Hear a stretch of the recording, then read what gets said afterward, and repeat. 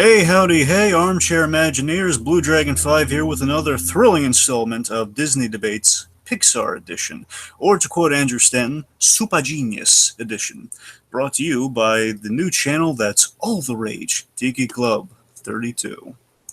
Tonight's roundup includes the following questions. Best Pixar Dad, Best Pixar Ending, and pitch a Pizza Planet truck attraction. Now let's don our tuxedos, board the Oscar Mayer Weenie Mobile, and head on down Emeryville to meet our brain trust this evening. In this corner, it's the rootinest, tootinest podcaster this side of Carburetor County. It's Tiki. Yo. Can you dig it? And in this corner, she's a rookie with enough talent and potential to impress the fabulous Hudson Hornet. It's Gabby! Hi! And in this corner, his name sounds like he should be filling scream canisters or telling us how old sea turtles are. It's Sandy Claus. Okay, just to be fair, Dragon, all you That need was is way over my head. Okay, Dragon, I'm just saying all you need in the background is the Wheel of Fortune theme from 1989. That's all you need. All right. Okay. So, how are we doing tonight, folks? All right. I'm ready to fuck with your guys' minds because the last time we did a debate, Gabby won. It was a very close victory, and I'm just like, It was beautiful. got the sunglasses. I'm good to go. I'm in the zone. I'm in the zone. I'm not the most mentally stable right now, okay, guys? We love you. Thank you. You're welcome. Right. Sandy, how you Anyways, doing tonight? I'm just drinking lemonade. That's gonna kill me. I'm drinking Howard Hamlin tea. Yeah! All right. Those are references people aren't going to get with Lemonade and Hamlin. I know, right? That's tricky. I'm not even gonna ask what's in that. It's literally just tea. He literally just opened It's tea that's a running gag, that's all. So it's tea and everything but name. Okay, well actually it's tea and only thing but name. It's getting off track. No, it's actually just tea. I mean, you don't have to complicate it. It's just tea. All right, fine. It's just Okay, tea. All right, deflate it's the just kind of hard to take you soberly with those glasses on. So, Ezra, you will bow to me, Ezra. You will bow to me. Okay. Let's go over a little rule refresher for the folks playing the home game. Very simple, folks. Going to keep it all nice and simple. Like 3 questions, 3 rounds. If someone gets 3 points or everyone gets 1 point, we go to the break glass in case of emergency option, which is a qualifier for the dreaded speed round. Ooh. Okay, now here's the structure this evening. Of course, we're just going to go around. Everyone's going to just say what their pick is, and then we're going to go around again. Everyone's going to give an opening statement. That's where you get all your points saying how great yours is. Really kind of that's where you want to sell me on like why yours is the best, etc. Then we'll hit the battle royale without cheese. The battle royale segment where everyone's going to fight it out. And in the spirit of the famous Pixar matchstick moment, of course, that moment in every Pixar film where it's like we know where it's going, that it does not go there. And we, the audience, are wondering how the heck are our guys going to get out of this? There are going to be no closing statements. I mean, you go around, go to the opening statements, we fight it out, and it could end at any moment. And then I'll give a little feedback and I'll call it.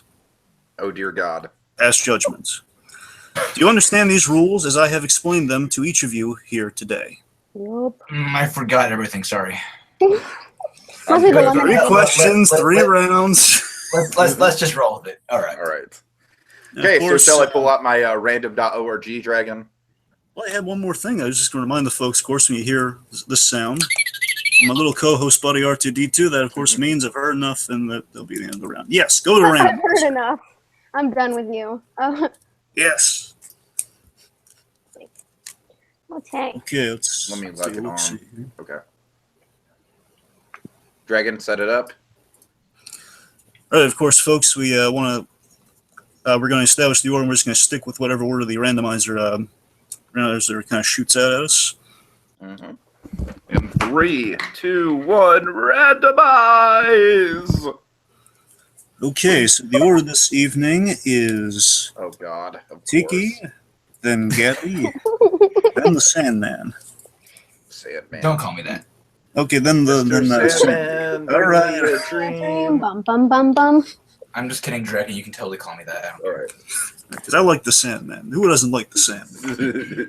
Except really harsh critics of Spider-Man 3. Those are the only people that probably don't like the Sandman. I mean, come on, that actor just walked around with a dumb look on his face the whole movie. You liked him inside. Come on. I like Yes, I liked him in Sideways. Yes, I that's a liked him. completely different movie.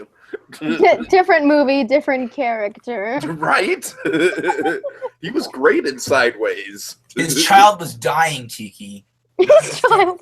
You don't understand. Of an ambiguous sickness of some kind. Anyway, on to things here. So without further ado, to infinity and beyond, let's begin. Question number 1. In the spirit of Father's Day, the encroaching Father's Day, and awesome Pixar dads just on the whole, who, pray tell, is the best Pixar dad?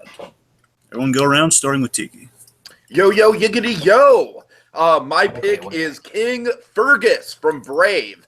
Now, folks, of course, Brave is a movie that's Tiki, the opening statements. We'll go around again. Just say it, and we'll go around with the song. Okay. I'm not bowing yet, Tiki. Let me start over. Yo, yiggity, yo! My pick is King Fergus from Brave. All right, I'm done. Okay, Gabby. My pick was Marlin from Finding Nemo. All right, Sandy. My pick was Django. Is that how you pronounce his name? From Just Django. It's just Django. Django. It's like Okay. Django Unchained. Yeah, I love that movie. From Ratatouille. All right. Okay. Now we're going around with the opening statement. Sticky, fire away. So, Brave might be a movie that is mostly focused on the mother and daughter dynamic, but oh my God, I mean, I think at the end of the day, King Fergus is a guy who he's very supportive of his children, and he's got a lot on his plate, man, right? Like, he's ruling the kingdom. He's got all these different people in the movie that he has to juggle around, and yet he still has time to be loving towards his daughter. He gets his daughter in a way that that Merida's mother never will, in that he is a warrior, much like Merida. This guy literally lost a leg for his family fighting that bear. This guy is a kick-ass warrior. He's also a really, really funny guy. He's a nice, warm-hearted guy. He's never gonna, be in a bad mood, even though he has all the pressures of the world on his shoulders. I would want this guy as my dad. I don't know about you. He seems pretty awesome to me. That's all I got. King Fergus. Woo! Okay, on to Gabby. Okay. My answer was Marlin, and I picked Marlin because he does seem a little overprotective, but it is also because of the fact that, his wife was basically brutally murdered. So, I mean, who wouldn't be a little overprotective of their child after they lost someone that they love? Not only was he overprotective, but he literally went through hell and back just to find his child, even picked up someone who has horrible memory loss in order to do so, just to be able to find his son. So his love for his child went to the extent of literally, like I said, going to hell and back. And that's it. Okay. Sandy. I picked You can't even pronounce his name, you Oh, fucker. hey, keep it simple. Wait for it till I ding the bell. No. Django, like Django Fett. Yes, Like Django exactly. Fett, yes. And he's also a father, so it works. Django Fett, yes. Okay, all right. Well, Django, Remy's dad. I'm just gonna call him Remy's dad. He's a good dad. Call him Django. If you can't call him by his own name, then you don't deserve to be fighting Save it for the fight, not yet. All right, Hold it. all right. Well, thanks for that tidbit. Django is a good dad. Oh my God. Just making your own news, Sandy. Just making your own news. To Django. Go ahead, Sandy. I apologize. Okay. Apologize. Dragon. Yeah. Okay. All right. I'm sorry. I'm terribly sorry, Sandy. Go ahead. Oh yeah. I'll forgive you later. Okay. I'm kidding. I'll forgive you now. Django has hundreds of. Wait. No. Wait. Django is. I keep calling him Django. Fine, just Remy's dad. Whatever helps you get the thing. It's Oh my fine. God. It's fine. I'm not going to take points away from the name thing. Just it's fine. All right, I'll get to the first sentence now. Django is a good dad. He's the good dad that gets his priorities clouded, but for good reason. So many people think, oh, he's such a jerk for not approving of Remy's passion for the kitchen, for cooking and everything. But they also don't take into account that his dad knows all too well what most humans are capable of. They kill rats. So he looks out for his son. Is this the full argument? Argument, or just like the? Just getting all your good points in. Statement. Opening statement. Yeah. Okay. All right. Then that's my opening statement. I don't want to go any further. All right. Time for the battle royale, folks. Fight it out. Yeah, I like Sandy can't even pronounce it. Like Sandy, you're out. Just go away. You're done. First of I all, really hate those glasses, Tiki. I really hate those glasses. So yeah, that's why I'm wearing them to mess with you. So Django, you're right, Sandy. He has thousands of kids, thousands upon thousands of kids, or at least hundreds. How can a guy commit to any of those? It's ridiculous. I mean, like you're talking about a guy who doesn't really have any sort of arc except for like at the very end. He's just like, oh shit, I guess this is a good thing, Remy. I don't know. King Fergus, like I said, King Fergus is more of a background character, but the love for his family and the sacrifices that he made just stand clear. Now, as for Marlin, I admit this is going to be a tough battle. All right, but I've got things to take him down. So Nemo would not have Marlin is an overprotective wuss. That's what Okay. he is. Sandy. Okay, and where the hell was Django? Fergus is a fart. So What? Yeah, Fergus is a fun guy. Yeah, he is kind of an old fart, but he's a fun guy. He's a really fun dad, and he's also a brave warrior who sacrificed himself for the good of his family. He could have been easily killed by that bear, but he lived to tell the tale. King Fergus is a fucking warrior, man. Don't you go insulting King Fergus. Anyways, Marlin. if you really think, okay, what? Marlin, Nemo would not be in the situation that Nemo got himself into if it weren't for Marlin just being an overprotective spaz. I mean, look, Gabby, It's I true. get it. It's true. I get what Gabby's trying to say about, like, yeah, sure, we all have character flaws, and character flaws can derive from tragedy. But However, Fergus's aggression led to Merida's disobedience. So what are you trying to say? Snap. You just said that because Marlin. Sorry, And you're saying that Merida's disobedience is a bad thing. Merida's disobedience is the driving force of the whole plot. I Okay, so need is Nemo. clarification. Fergus, well, you gotta give me an example of Fergus acting that way. Because of his over Because he was a good dad who supported his daughter and the things that she loved. Because of that, Gabby? Because of that? Tiki, settle. Gabby, go on. Okay. Anyways, Fergus was very aggressive. Okay, although yes, he was a great dad and all, he was aggressive. And because he was aggressive, it didn't really show the whole loving thing of when her mother was trying to force her to be something that she wasn't. So he wasn't really on Merida's side. He's just trying to steer clear of his wife and be on his wife's side because yes, it's his wife. And I mean, he was aggressive, therefore, because he was aggressive and not on Merida's side, she led to rebel. So, you were saying. I mean, I don't... go ahead, Sandy. Go ahead. I was just going to say, I think you're crying under those glasses. Oh, don't even talk, Sandy. Do you know your freaking character? I mean, what the hell? Yeah. Sandy, I it's love not Red how House. it's Django. Django, motherfucker. Django. Yes. Yeah. And as I said about Django, I definitely think that Django is, like, he's just sort of a dick. And yeah, he does have kind of like a redemptive moment towards the end of the movie, but that's just a Pixar character arc for you, and it's not the most memorable Pixar character arc. All right. Well, you're thinking just in terms of Pixar dads. Now, let me just tell you this. Yeah, if that's you the really question. if you really think about it, Django has hundreds of children that he has to look out for. Okay, can you stop talking, please? I'm just agreeing with you. Yeah, he does have hundreds of children. Go ahead. I know, but you're saying it in a very sarcastic tone. I don't appreciate that, Tiki. So I find it incredibly enduring that he takes his time out for Remy so he doesn't lose his son. That is so sweet. And it's the one thing I see in the poison shop scene where, most viewers only see the darkness in it. I see it as one of the most enduring scenes in the entire film. Django cares deeply for her son, and he wants to make it very clear to him what humans are capable of doing. He knows the dangers of what the world has, and he wants to protect his son from those.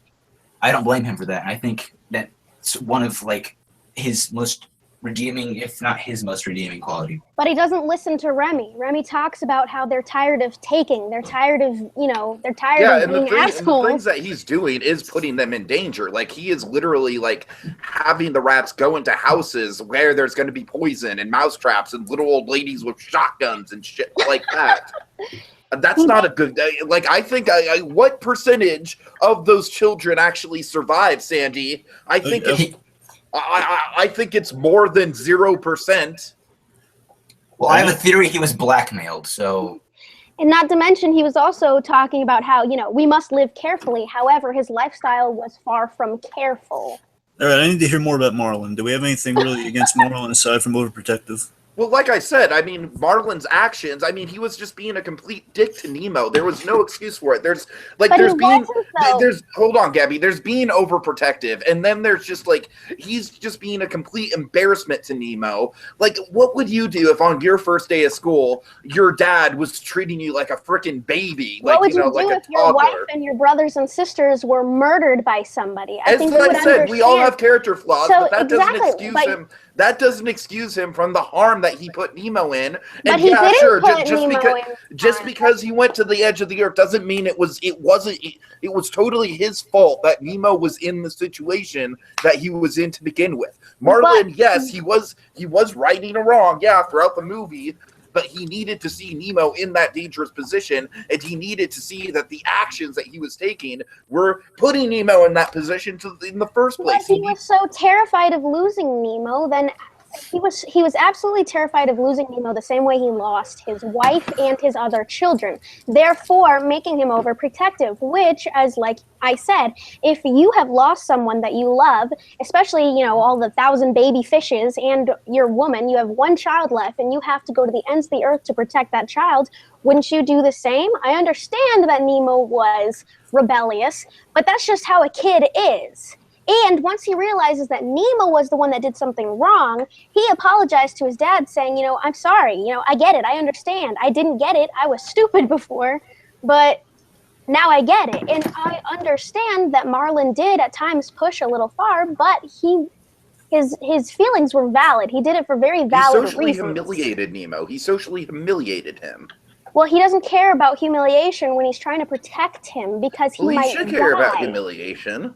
Although I do understand where you're coming from, like I said, you have to remember that he lost all of his family. He didn't want to lose his other child. Yeah, as I said, I understand. I think we're going in circles. I understand that this is the reason he acts that way, but that doesn't that's not necessarily an excuse for the way he acts. At the same time, though. All right, guys. Yeah, we kind of are going around circles on that one. Let me ask you this, Fergus. Do we have any more against Fergus? Any flaws? I have some defense of Fergus. Oh, gotta have an assault before we can have a defense, Steve. Well, Brave is a terrible movie, so that makes him a terrible character. End of story. No, that's not true at all, Sandy. Not at all. And I don't think Brave is a terrible movie. I really don't. I actually don't think it's a bad movie. It's not the best of Pixar movies, but it's not the worst either. It's certainly not Cars 2 or Monsters University. Those are horrible. Yeah. Thank you. I just think King Fergus, Sandy kind of made the point about the aggressiveness, but as I said, I absolutely think that Merida kind of just takes after him in that way. And it's not a bad thing that she's rebellious. It's not a bad thing what happened in the course of the movie. What happened in the course of the movie not only brought the family, especially Merida and her mother, together closer, it also gave them the power to defeat that goddamn bear that was looming over their head the whole time. So Fergus, being the kind of aggro, king that he is, and Merida wanting to follow in the footsteps of him. Like I said, this is a guy that is a warrior. He commands respect and he gets it. And he's also a lighthearted guy at the same time. He's not some like tyrannical king. He's a fun guy. No one should command respect, Tiki. No one should command respect. People should want to give people respect. Not okay. I'm just saying, like the leg thing, man. Okay, he lost a leg. I've lost a leg. No, you didn't. You told Whatever. me earlier you had 2 feet. Be quiet. Good,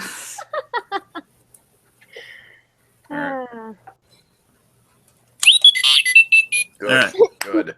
He's done. no one made any arguments toward Django. Yes, I did. Yeah, we totally did. All right. Let me give some feedback here. Just going by the order. Tiki. Yo. Sorry. Okay, Tiki. Here's I think you're very, very strong and really well organized on this fight. I want to give you kudos Thank you, for that. thank you. Points for Tiki on that one. However, Tiki, I think you really relied on the foot thing a little too much. On the lost the leg thing, it was getting a little repetitive. I would have liked to hear a few more of Fergus's other moments, mainly his interaction with the other leaders, the other kings of the other lands. I think that might have. I did mention that he was juggling them the whole movie. You did. I just would have. All right, I hear you. Well, mainly there was one thing I was really missing from yours, T. I think would have made yours a little bit more complete was the, the whole like when he thinks Eleanor, was dead or stolen or something. He goes in there, that you realize, oh, she's gone because she's turned into a bear outside the clothes and everything. And he finds out, that moment. I really, I think it would have added a few more of those missing layers to various. But again, overall strong, strong presentation. So, going on to Gabby. Okay, Gabby. Of course, I think Gabby, very strong pick. Of course, Marlon always kind of like one of the. I was very intimidated to go up against this one, Gabby. Let me just say. Really? Because I felt like I was going to do horrible today, anyways. But that's how I feel about myself anyway.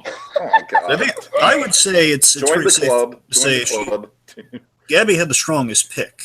Personally, I'm just going to say I think she had the strongest choice, and because of that, she had the bases loaded. However, I do feel we kind of with Marlon again. It's like I think we had the bases loaded so much that we didn't really get into any additional reasons outside of the really heartbreaking opening. And I do think she stood her ground though when she was attacked for the overprotectiveness. So we'll give you that, Gabby. Oh, thanks.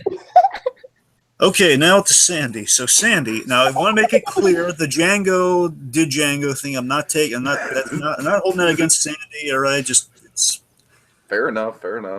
It's spelled with a D. I know it's spelled with an I know it's frustrating, but if someone says Django, you get it. You just say Django. You don't screw it up from there.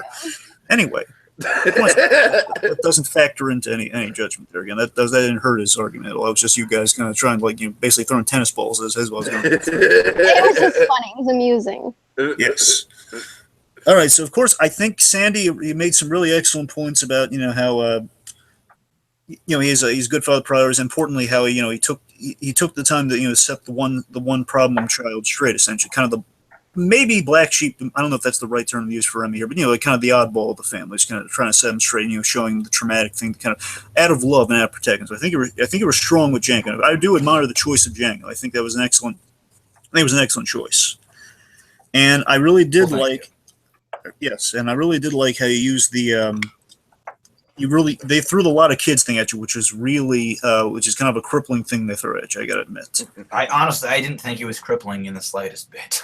That was part of my argument for why the character is good. That to me seemed like you rolled with that and you made it work the best you could. Thanks. That's part of my argument to begin with. Okay, let's. All right. All right. Well, here's what I'm coming down. It's again good fight all around, but here's what I'm going to have to rule. I'm just based on like how prepared and just how just kind of on point, just kind of prepared to not only strong offense and strong defense. Tiki wins this round. Yes. Ah! But it was close. You all had really solid picks and stuff. Yeah, and might I just say, Gabby, I think you had some you had some excellent points on Marlon's end. All right, like that was an intimidating fight. I can't even believe that. I'm like, I'm going to lose this shit. I already know. If we're going down, we all go down together. Okay, round 2. Okay. Question 2. Best Pixar ending. Okay, let's list them off, guys. Boy. Tiki. Okay, I am doing the original ending to Monsters, Inc. Okay.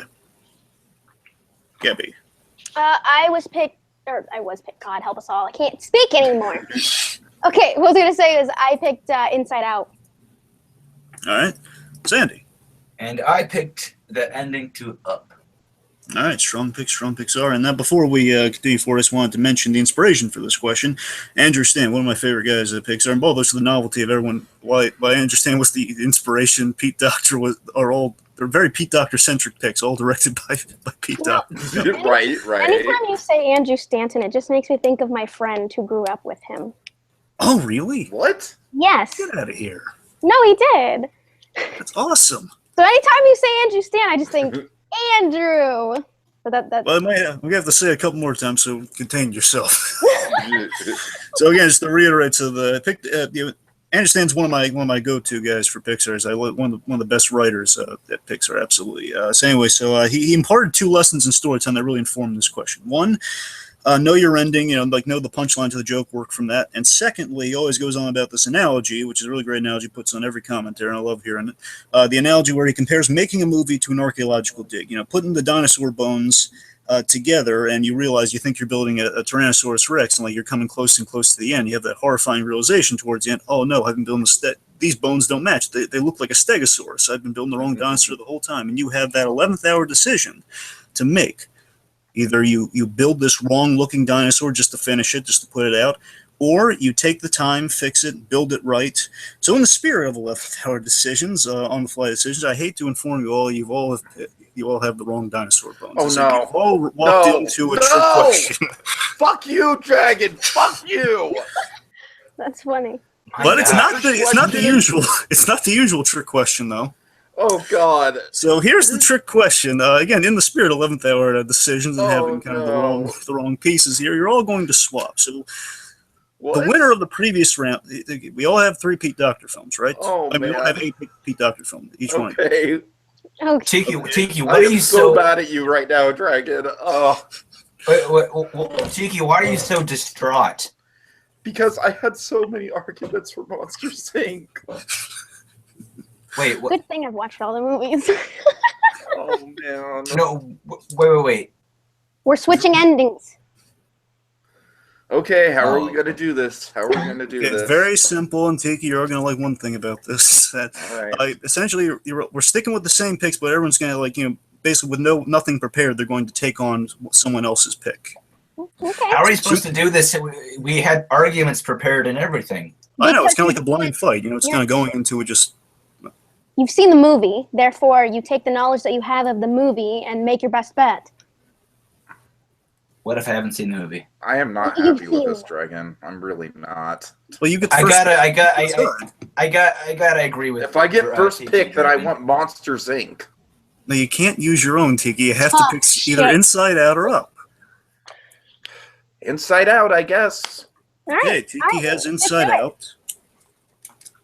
All right, now the rest of I the am other so two. not happy. Well, Okay, so that means Sandy gets Monsters Inc. then. yep, and I get Up. Mm-hmm. Okay.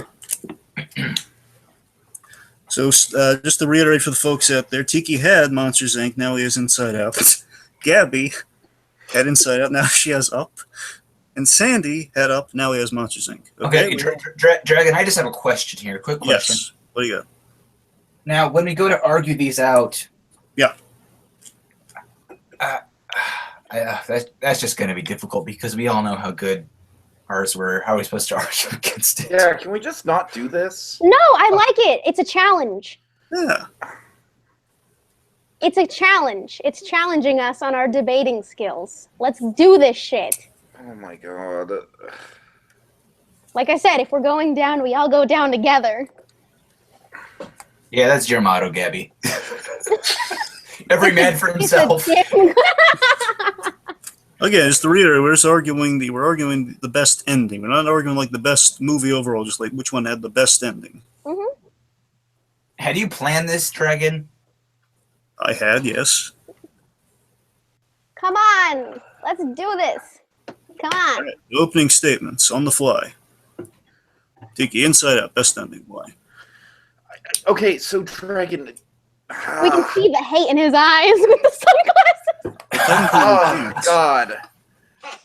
It's Okay, like Inside Out wraps up beautifully, right? Like, I definitely think the high point of Inside Out, the peak of Inside Out, is joy becoming sadness. That whole thing is just absolutely beautiful. I was gonna use the argument that, that was the peak of the movie, and then the end is just kind of like a nice little come down. But you know what? No, screw that. Like, we have joy becoming sadness, and then we see what that becomes of Riley's life. We see Riley making decisions, becoming a better person. We see her family get closer together. The ending of Inside Out is just an absolutely emotional powerhouse.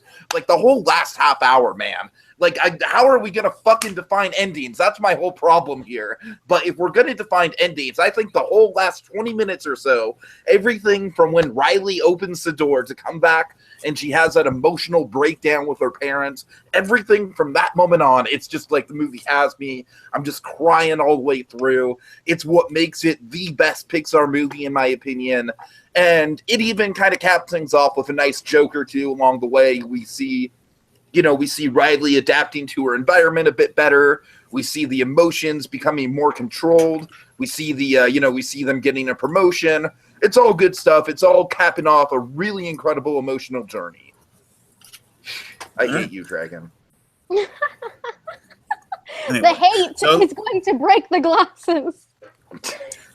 So let me just going forward. There's not a problem here. Just everyone, just make sure in your opening statement you define where you mark the ending off as Tiki. Okay, so I defined it.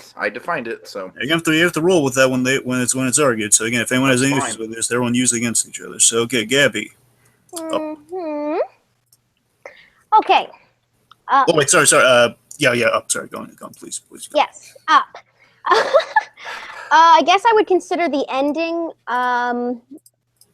where you see Russell and Carl gives Russell the little grape bottle cap, and then they're eating ice cream, picking the cars, and it's very sentimental because after all they went through, Carl, this huge sourpuss, turned into this father figure for Russell, whose father is a total asshat. Let's just be blunt here. And in the end, Carl is, I don't know, he's like a father figure to Russell, and they're counting the cars the same way that Russell and his dad did, and they're eating their favorite ice cream. It's a really sweet ending, especially since Carl had such a rough patch. He had such a rough life, and everyone always talks about the beginning where Carl and his sweetheart all grow up, and then she dies. So everyone's always so focused on that, but no one ever really focused on the end of the movie where it's like Carl is saved, or he's redeemed from his sadness because he was given somebody else to love and to care after. And, that's Russell. And that's it. Okay. Sandy, Monsters.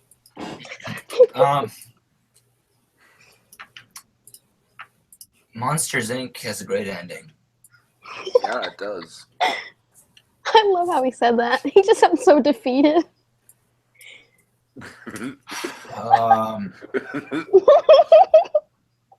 Nemo makes a cameo. That's always good. He just sounds so upset. And you have these animated characters, but it's odd because I'm trying to be sincere here. Come on. You have these animated characters, but I had a whole goddamn monologue prepared about this. I had the same one for Inside Out. You have these animated characters, but you can almost see the emotion in their eyes, and you can in their movements. You can almost see it. I think that's why Monsters Inc. has one of the best endings. It's incredibly emotional. You just see the heartbreak in these characters, and it's yes. What would you consider the end, though? Because you didn't Where really do you define the ending, Sandy? Yeah, there you go. Like yeah, motherfucker.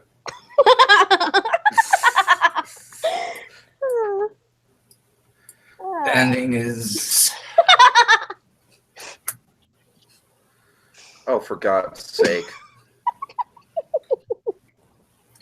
Tiki, why don't you just go ahead and say it, and then I have something to argue with later. I am seriously considering rage quitting this podcast right now. I really am. I really am. Sandy, you don't know the ending to Monsters, Inc.? I've seen Monsters Inc. a million times. I don't know how it ends. I The just kitty don't. thing, Sandy, the kitty, motherfucker, kitty. That is the Okay, ending. first of all, I did not choose Monsters Inc. That's what Dragon gave me. So don't be swearing profanities at me, Tiki. Don't do that. I am so upset. It's a debate. This is life. Kitty, okay? Sandy. Kitty is the ending, okay? You asked me to tell you the ending. The ending is Sully opening the door and Boo off camera saying kitty. That All could, right? well, That's what it is. technically the ending could be when they get handed the piece of the door. They put the door together, and then he opens the door. Yeah, from that, the from that end. point It's a forward, yeah, patient. that's Kitty is huge. the end. Yeah. Like the last scene ending type deal. You know? Yeah, exactly. I know. I know. Then say it. Well, he gets handed a piece of the door, then he opens it, and then Kitty says, Bubby, or whatever his name is.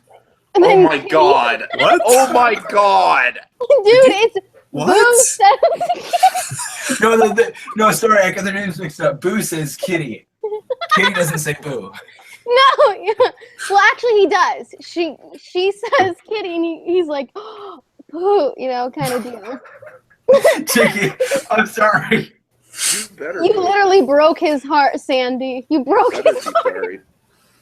Monsters Inc. isn't even my favorite Pixar movie, but that ending is incredible, Sandy. Well, just in Sandy's defense, I mean, I had a really nice opener and deal for Yeah, so did for I. Inside Out. So did I. However, I think we can all agree that we can kick Dragon out now, right? Tiki, I don't think you really capsized the ending and how powerful it really was. You're giving Sandy such a hard time about Monsters Inc. However, there's so much more into depth in Inside Out in the ending. Okay, are we than just what going you straight said. into the debate now? Can we Okay, yes, let's go into the. Okay, let's go into okay. the- yes.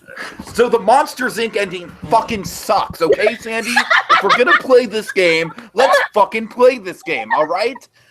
What the hell was Pixar trying to achieve with Monsters Inc.? Were they trying to achieve some sort of like Richard Linklater, like Before Sunrise, like ambiguous ending bullshit? All right, well then, just to be blunt, Tiki, Inside Out is about fucking emotions, okay? Little emotions that look like people that aren't even real. Emotions are just emotions, okay? There's not a little keyboard in our head, okay? Inside Out literally has a scene about abstract thought. That's the whole point of the movie, is the Okay. visualization of the mind. Okay, but that's It's not what the imagination. mind It is looks pure like. imagination. Willy Wonka would eat Inside Out up. Willy Wonka Willy probably Wonka's a- loves Inside Out. Willy Wonka's a horrible example. I'm talking about the Gene Wilder Willy Wonka, not the Johnny Depp Willy Same Wonka. issue, Tiki. Same issue. Sandy, I'm just Sandy, saying- your monsters ending was the worst. You really had like. Sandy, you don't deserve to this point at all, simply because like Okay, folks. I just had a whole soliloquy prepared about Monsters Inc. and you don't even know the ending. It's like you I'm and so it's also the ending of Monsters Inc. just to throw some more blobs Monsters Inc. He said and Kitty says boa. So the ending of Monsters Inc. basically makes it impossible. It basically makes it impossible for them to do a sequel to Monsters Inc. And it also is why we have the shit known as Monsters University. Yeah, they should have ended it with just Mike and Sully. They shouldn't have brought Boo back into the picture whatsoever. I'm just sitting over here waiting for this lemonade to kill me. Okay, I mean, in terms of Inside Out, look, like we're actually kind of arguing, like, so yeah, Gabby, I might not have as refined of a thought about Inside Out as you do. It's been a while since I've watched the movie. I watched the movie a lot in 2015. It's been about a year since I've seen it. Same. But, okay. Keep it together, Tiki. Dragon, what did you do to him? You ruined him. I'm not the one who butchered the monster summation. All right, that was Sam. It's okay. So as I said, Okay. I think Inside Out, like the argument that I was going to use against Inside Out might actually be the strongest point of the ending, is that it is like this long, like it's this final suite. It's like a whole, like Inside Out is like a symphony, and the last 20 minutes is like this final suite that kind of ties all the emotions together, ties all the. But it's a little themes of too the movie unrealistic. together. How is it unrealistic? It's completely realistic. It's a little too unrealistic because that's not how people go through their emotions. Oh, okay. Like Gabby, you and I both have emotional problems, and Yes, we do. Inside Out was an incredibly relatable movie to me. Inside Okay, Out but is I'm a- supposed to debate against it. Okay, this was Inside my Out fucking is a pick. beautiful. Inside Out is a beautiful movie about personification of mental illness, and But, arguably, like I definitely think that there's some, like at least emotional distress, if not mental So illness. it's up because basically you see this old man just suffer through life, and finally he's been redeemed. Okay, Gabby, He's given a second chance in a way. With Up, you mentioned the thing with Up that is probably the thing that shoots your argument right in the face. The first 10 minutes of Up overshadows everything else in that whole movie. And that is the main problem with the movie in general. It's not the ending's fault. It's just that first 10 minutes is so beautiful and so gorgeous. It almost works on its own as a short film. And the ending, yeah, it's nice. It's nice, but I think I think Up, like, I basically think the ending of Inside Out is kind of a more well-refined of what they were trying to get at with Up, with, like, kind of like everything kind of coming together, because I really do think the high point, the emotional high point of Up is, thanks for the adventure, now go have your own. That's where it hits you in the feels. And that's they still have it to the point where now he's this bitter person, and you want to see where this bitter person ends. And although Carl is this bitter whatever the hell who, his wife Ellie dies, he basically goes on this adventure with Russell, and he learns to love this kid, and he might not be able to express his emotion or admiration for Russell in this cute little thing, but the emotional high point happens a little too early on, and we still get like that ridiculous dogfight thing, which is like by far my least favorite element of Up, is that dogfight.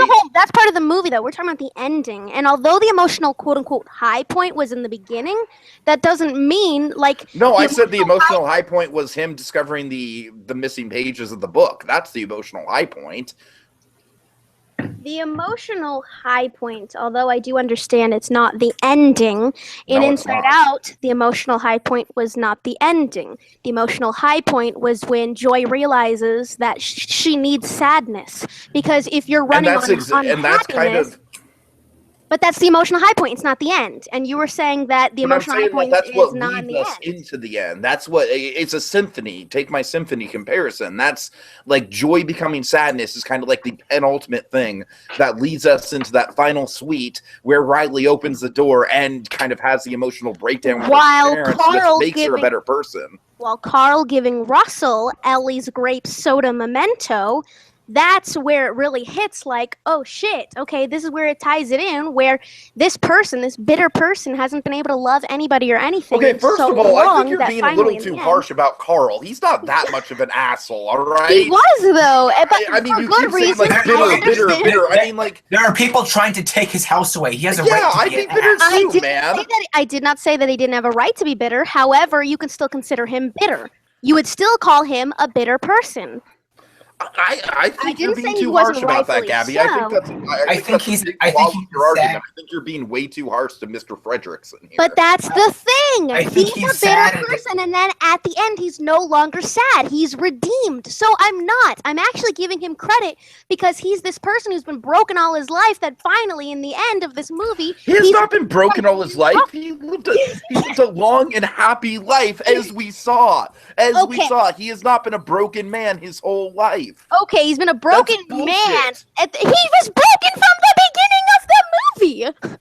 He was broken. You start out, yeah, sure, you've got this little kid. Let me hear from Sandy. Speaking of broken, I think this argument is broken all three of us. All right, Sandy, definitely contribute.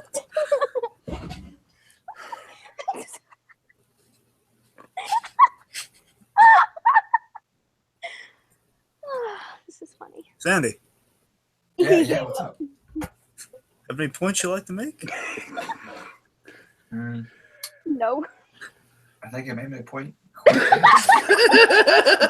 Okay. Like I gave up on people. I'm done with you people. Oh, well, Wow.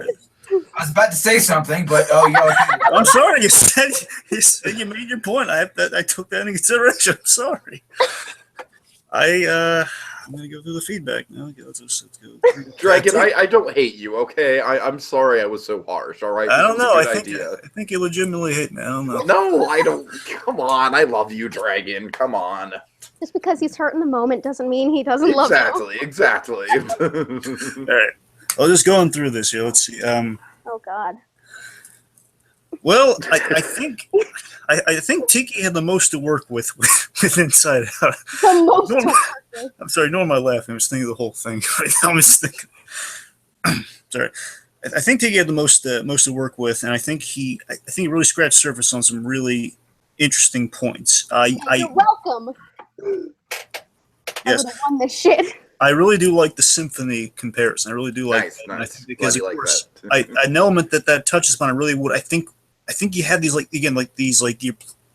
you put the holes in the ground, but you didn't put the seeds in, so to speak. I guess it's like on everything. It's just I think you mentioning the symphony was really good. I just would have liked you to really kind of zero in on a few more of those moments that was in kind of what you defined as the ending. You know, whether again. I would have focused on more one scene, but it's not another point factory all in there. That's fine. I just wish you would have the symphony when the music kicks in. I didn't really think talking about how the music kicks in, like how it was like a symphony on Okay, the whole. But again, it was set up. So yeah, a lot of good setup. I did mention joy becomes sadness. Yes, you did. And again, it's good setup going on there. I just wish you were more thorough. That's really my critique. Okay, So okay, moving on to Gabby with Up. Mm-hmm. Now, of course, Gabby, you really I hate that movie ending. I hate it with the burning passion. wait. Shit. Sorry, you hate the ending to Up? I really do. I hate it. I had to Oh, freaking God. debate something that I hate. Oh, jeez. Wow. What have you done to us, Dragon? I had a perfect thing lined up. I had this Inside Out, whole- and then all of a sudden, all right. So we I are just- changing Can I just say that? Gabby, why do you hate the ending to Up? because What- it's stupid, dude. It's Why? stupid. Okay. Why is it stupid? What do you mean? Why is it stupid? Why is it stupid? Because, like Tiki said, he's freaking right. All of the movie happens in the freaking beginning, okay? The whole freaking movie could technically be the beginning, and the rest of it is just pointless. You have some fucking rainbow bird, okay? And you've got these talking-ass dogs, and then his hero turns into be his villain, so his childhood dreams of meeting his hero absolutely destroyed. I mean, then what the hell? This movie sucks, okay? All right. Can I just say that the basically my main argument for Monsters Inc. was going to be that it set the standard for all of sad Pixar moments moving forward. It was the first moment that was really just sort of like wow, Pixar is really hitting on an emotionally deep level with this thing. Inside Out teaches us at the end that all of our emotions and feelings are important. You can't just live off of happiness or you'll crash and burn. All right, All the points have really good messages. We get it. Yeah. All true points you guys are making. Okay, now just get into Gabby's thing here again. So again, I really like that Gabby zeroed in on the. So after all that, it's just a little hard to keep us reference. But Fucking hate this. no, but seriously though, hearkening basically on the Carl's arc paid off, and the grape soda badge scene. That was that's the strength of Gabby's argument. I thought, just kind of looking at it and how it pays off, but also it's kind of an emotionally kind of fulfilling scene in the moment. And the point that my issue is I think Tiki kind of had some really good points he made with we focus on the 10 minutes in the beginning, of course, kind of overshadows the greater whole. Mm-hmm. So I mean, there were a few digs. Just overall, there are a few digs put in. You think? Yeah. It's a horrible movie. All right, then Sandy. Oh man. So with, man. Well, I think Sandy had a lot they could have worked with. Yeah, he But- did. He did. I agree with that. I agree with that. There's a lot he could have worked with. I think definitely not the strongest start. It definitely helps when you're left with no time to prepare. Hey, how do you think we feel? Well, you guys obviously However, did better than I did, so Now, Sandy did make the point, though, again, like the emotion in the eyes. There was a look at the emotion in the eyes and basically what was communicated through the animation.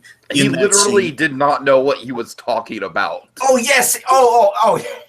Yes, I did. Okay. Dude, you said Kitty says boa. You Boa. literally asked me, Sandy. You asked Gabby, me I said Kitty says Bubby, not Boba. Oh, Oh okay. my god. Anyways. Bobby. By the way, all right. I was talking about the emotion in the character's eyes. That's why I love Okay. eyes, because you can see so much Okay. emotion in them. That's why I love animation and eyes and everything. Okay. I All right, get it. Sandy. I get it. Now you Alright, must we got it. We I know got it. exactly what I was Like, talking here's about. where I'm coming down. Here's where I'm declaring the victory. It's I Tiki wins. Because No. fuck everybody else. no, I was gonna go to. I was gonna give the point to Gabby. Okay, then fuck all you guys. I win. It goes to Gabby because bear in mind again the point of this was to put everyone through again just kind of like 11 there like how that what the heck's gonna being completely unprepared and seeing who can pull it together best. And I think Gabby's kind of she rolled with it best, and just especially just given the fact that she apparently hates the movie, which really breaks I my heart. I can't- gotta say, I only love the beginning part. I only love the beginning part and the music. I can play that music on the piano. It's a beautiful song, Aw. okay? That beginning song is a beautiful song. The rest of it, trash. Makes no sense. So aside from being crestfallen at her really apparently falsely building up one of my favorite scenes from the movie for argument, and then just revealing that she hates the ending. This is I what the gotta- assumption is. So we're gonna say, on the whole, I expected this round to go a lot more positively, but anyway, I just want to make that clear. That did not go at all how I thought it would. But again, one interesting. I'll give it that. So again, right now it's Tiki's got a point, Gabby's got a point. Sandy, if he gets the next round, then things get interesting. Okay. All right, so Oh, God. all that out of the way. Oh god. On to one of my favorite type of debate questions: the pitch. Yeah, your favorite type. So, boys and girls, pitch me a Pizza Planet attraction. Now, again, just to emphasize for the folks out there, it's a ride or attraction predominantly featuring / focusing on the most important Pixar Easter egg / Deus Ex Machina, the Pizza Planet truck. Okay. Now, just to be clear, Dragon, are we just going to give like a brief synopsis of the ride to start with, or what? How are we going to work this? Yes, just your opening statements will be that's you just describing it. So, Okay. Oh, God. so we're just going to go right, no, like listing off like what everyone picks. Obviously, they all pick the same thing. Pizza Planet. All right. Obviously, they'll think the same thing. Yes. So, my attraction is called Pizza Planet: Voyage of the Little Green Men. This is going to be slightly an homage to the E.T. adventure, but so much more than that.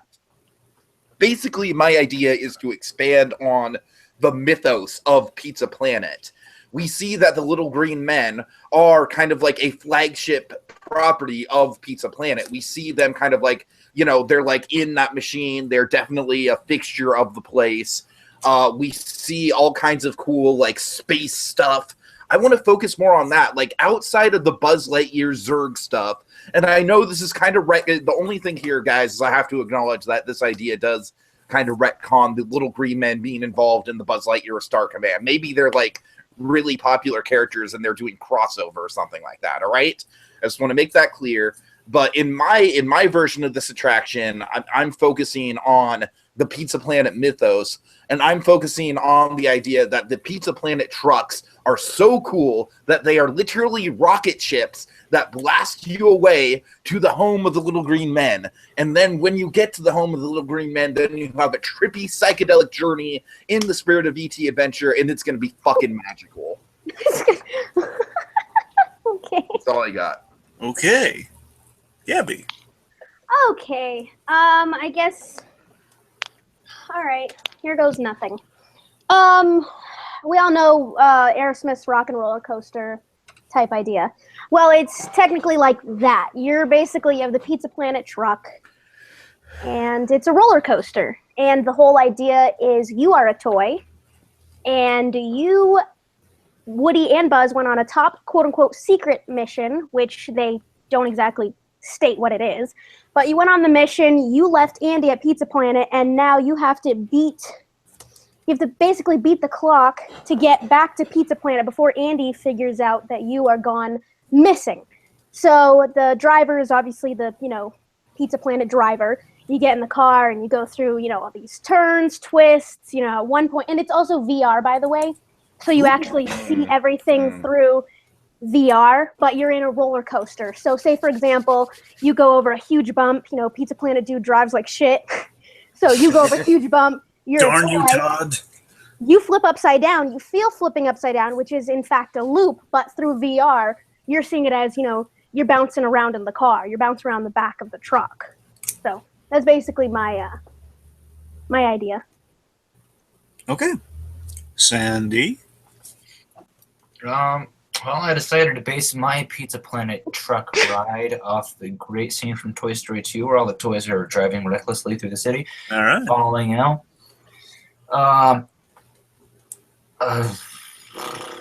You can do it, Sandman. I didn't write anything else, though. What? Wait, what do you mean you didn't write anything else? I mean, to be fair, I don't have anything written down, but I have a lot of ideas in my head. Yeah, so. come on, Sandy. I'm sure you Yeah, have I need literally something else. Well, More details. This is not me copying Gabby, so please don't think that. But this was also like a VR thing, all right? All right, VR. So it's like this is why I stopped writing, because I got to this point where I was gonna say like you're one of the toys, but then the car would have to be huge. But how would that work? Because you can't drive it. Like Well, just Which is tell me why- the same. exactly What's the why- ride setup? Was it a roller coaster? Is it like a dark ride? What's going on? no, just like a dark ride VR type. motion thing. ride. All right. Yeah, I'm not sure what that is, but yes, Wait, so it's like a dark ride, but with VR. yes, Okay. yes. So that's not a motion simulator. You're actually going places. Sure. Yeah, exactly. Okay. Okay, so dark ride. Settled on dark ride. Okay, and Gabby, I just want to clarify, yours is a roller coaster with VR? It actually is, yes. Okay. Okay. I suck at this. All right. Anything else, Sandy? That's not it. So basically, enact the scene from Toy Story 2 as a dark ride with VR. Yes. Okay. All right. Let's find Okay. out. Have any of you been on a VR coaster? Yes. No. Yes. No. Okay, I have. And Gabby, I don't know what your experience was like, but my experience with it was fucking awful. All right? These VR coasters, they take forever to load. They're wonky as hell. Half the time, the VR is not even synced up to the coaster. Mine Half the wasn't. time, it doesn't even work. Mine did, actually. My Well, experience, congratulations. You got a rare ride on a VR coaster that actually worked. but Congrats. I'm so think of happy it- for you. if this was in Disney, Disney is, perfect picture kind of deal. They would do anything in their power to make sure that everything was working at all times. Okay, the problem with it being in Disney is capacity.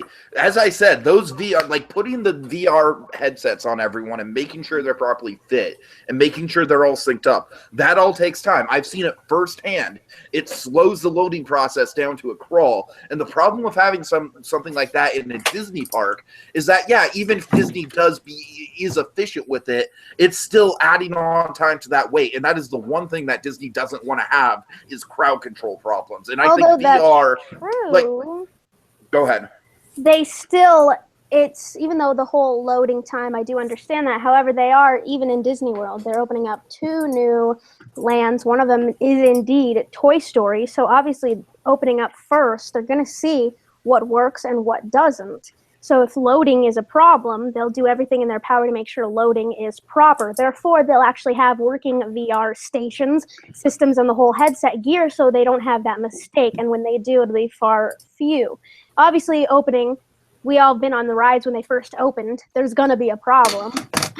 That's with all rides. However, the concept is actually a pretty good one because, like I said, who doesn't like being in the whole Toy Story realm? I think it's actually pretty cool to me. Like, you know how at Disneyland they have, the Bugs Life area where everything's, life size and you're a tiny thing. I think it's cool being a quote unquote toy. So having an actual move fast, high speed roller coaster in the dark, as Disney likes to put it. Having a high speed roller coaster. It's a roller coaster type ride, Gabby. I just said type ride. Okay.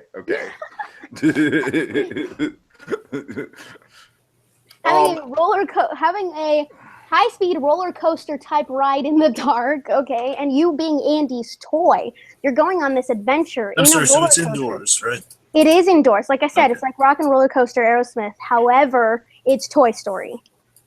Gabby, I just think that idea would work better without VR, to be honest with you.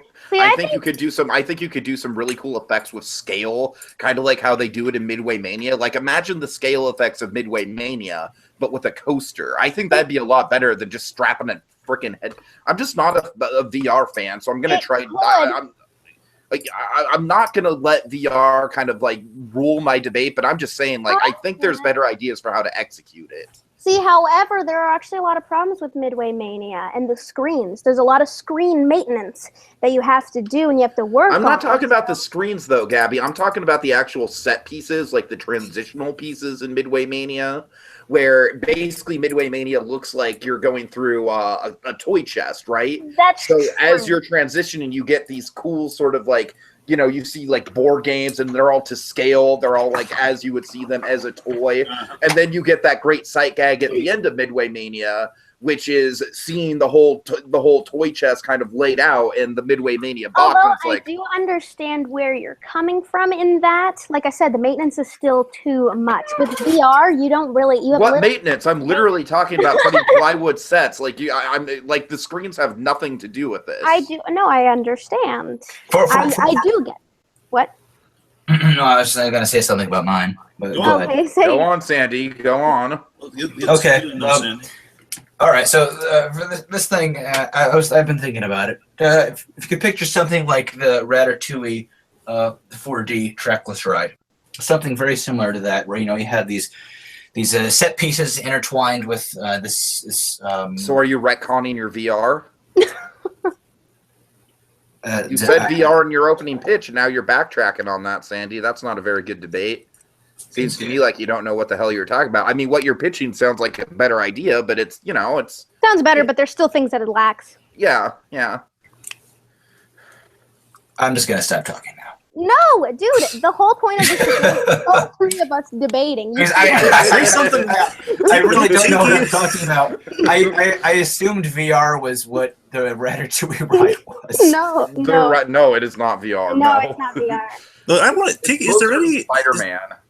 Is there any VR Disney at all right now? No. Disney doesn't dabble in VR, and Disney shouldn't dabble in VR. That is my stance on that issue. The Ratatouille, no VR. Nope. Okay, just clarifying. Ratatouille is more like the Amazing Spider-Man at Universal. Okay. Yeah. But Ratatouille sucks. Meaning the ride.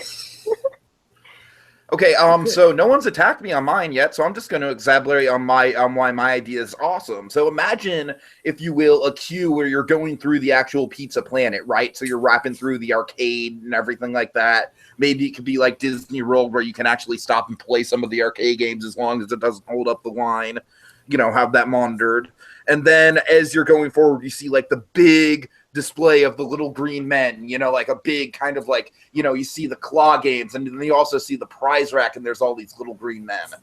And then you go out to the back, and then the loading area is the parking lot of the Pizza Planet, where we're loaded into the Pizza Planet trucks.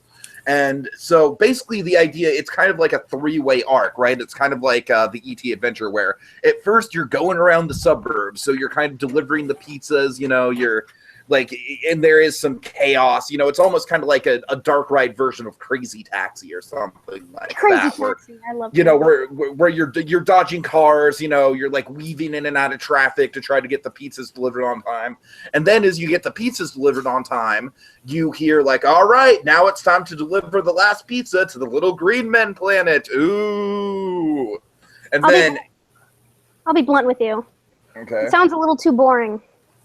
How is that boring? You're literally like weaving in and out of traffic. Because it's not enough. I don't know. It doesn't have doesn't have enough oomph. You know, you're Okay, well, weaving in and out of traffic. the oomph, That's Gabby, great the and all, oomph, but- that's just the first third of the ride. That's just the first third of the ride. The oomph is when we get to the is when we get to the literal pizza planet. The literal pizza planet is the planet that the just little sounds like green men call home. That just sounds. It sounds like something more a little kid would enjoy, not so much an adult as well would enjoy. That's more of a kiddie We ride. get expansion on the Toy Story mythos. We get expansion on the real building of Toy Story. We see the origin of the little Although green I men. do like the queue idea, and I do like the whole Pizza Planet Inn and whatever, I'm not a big fan of the actual ride itself. It just sounds like something that not many people would enjoy riding because I don't know, it doesn't really have much to do with Disney except for the Little Green Men or Toy Story, as you say. In the Toy Story realm, the only thing that you're really pitching is the building and the Little Green Men. And then in the middle, it just sounds like you're in a taxi service or No, you're we're the literally pizza guy. getting an expansion on the Little Green Men mythos, though. It's not just the Little Green Men. There's going to be all kinds of different aliens and creatures on this planet. Like I said, although I do understand, the main part of your ride is the end of the ride. So you have to sit through all this boring shit just to get to the good part. No, and then I would. it's done. You're saying all these different alien characters. Well, we don't know these characters. Like they're fresh and they're new to us, so people aren't going to care as much about them. It's not Toy Story. That's the idea of a theme park, Sandy. That's the idea of a theme park. A theme park is supposed to introduce us to new characters and new concepts Although and meld them together. I don't mind the aliens because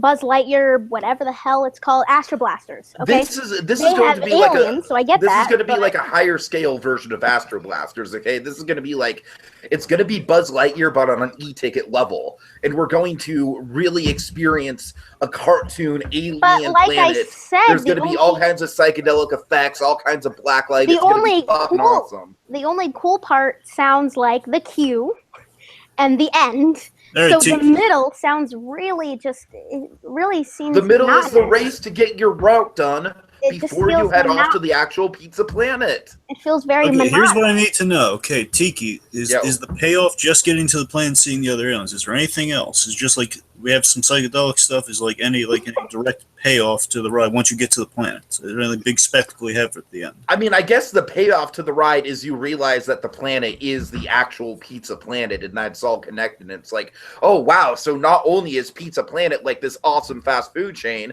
but it's literally run by these aliens. That's so fucking trippy, man. It adds a whole sci-fi element to Toy Story. Okay, let's see, Sandy. Do we have anything to say against Sandy or to develop Sandy's more? Anyone? Do we have? I mean, I just think Sandy's is a half-baked idea to begin with. I think I'm just frankly, I'm spending more time on Gabby's because Gabby has the better idea of the two.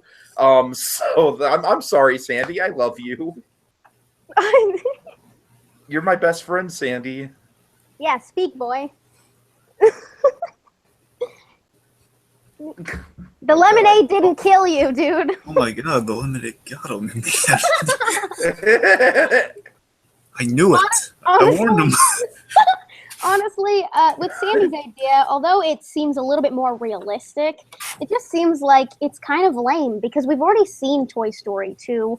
And, I mean, kind of like how with the dark rides at Disneyland or Disney World, although they do have a basic of what the movie is, it's not exactly scene for scene, word for word kind of deal. People like to see something a little new.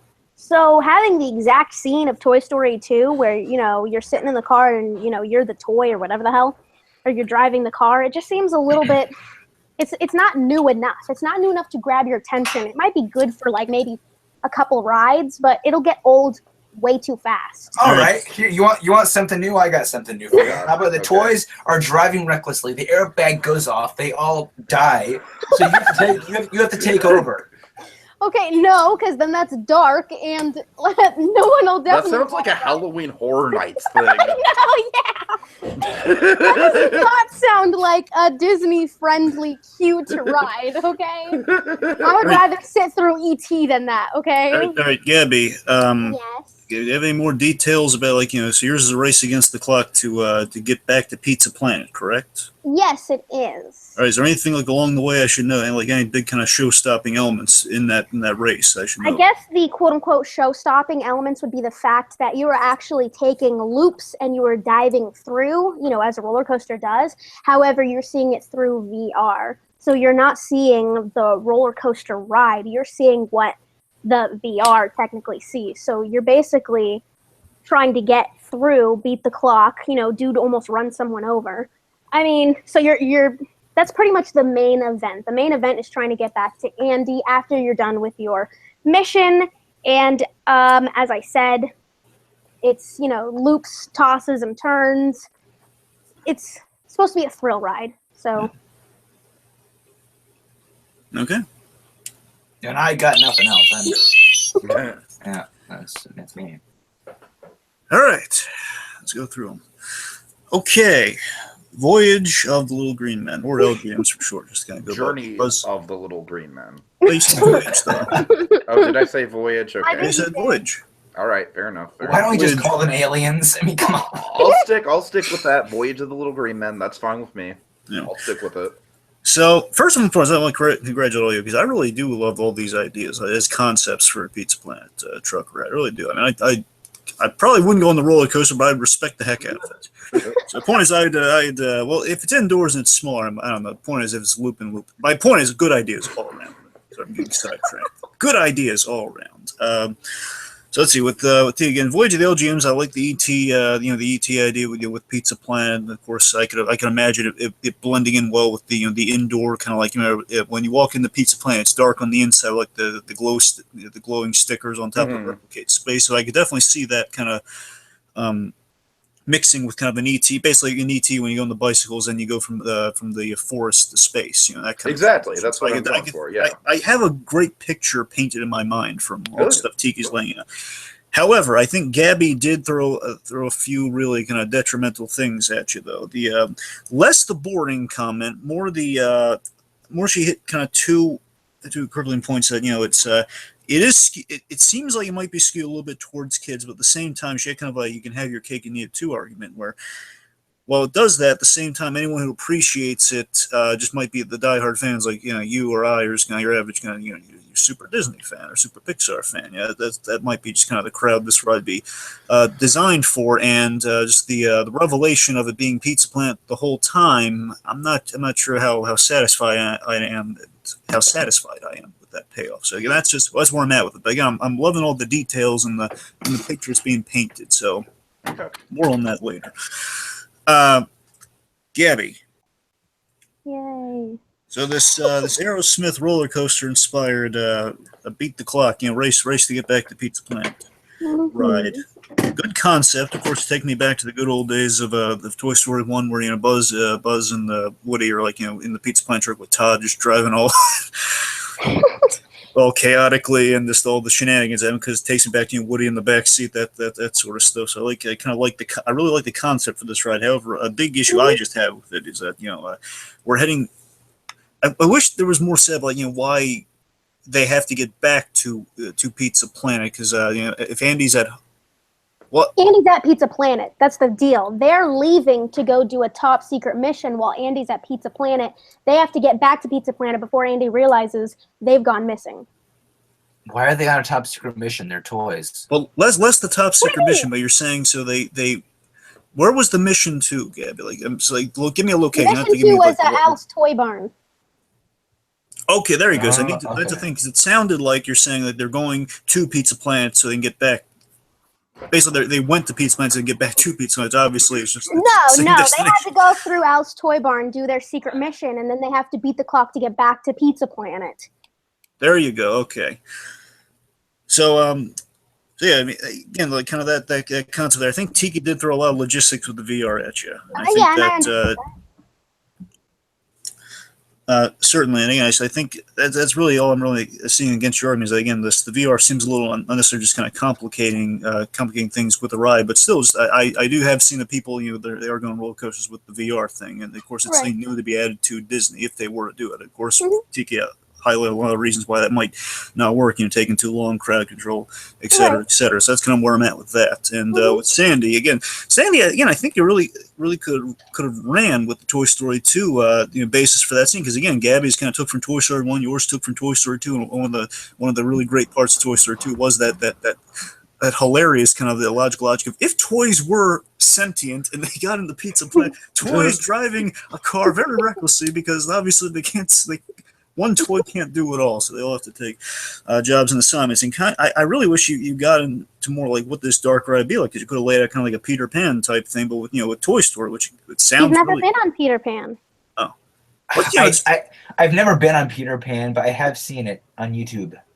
I mean, just like you're going through a ride with like all these landmarks and stuff, just kind of like seeing that. And the VR, I think the backtrack in the VR did hurt you a little. Yeah, I hurt myself. Yep, and again, and Gabby had a very detrimental point that she made about we've already seen it. We're not really adding anything new to that. We're kind of taking familiar stuff and we're adding to it with Tiki and Gabby. So unfortunately, saying I think you're out of the run, buddy. I knew that from the beginning.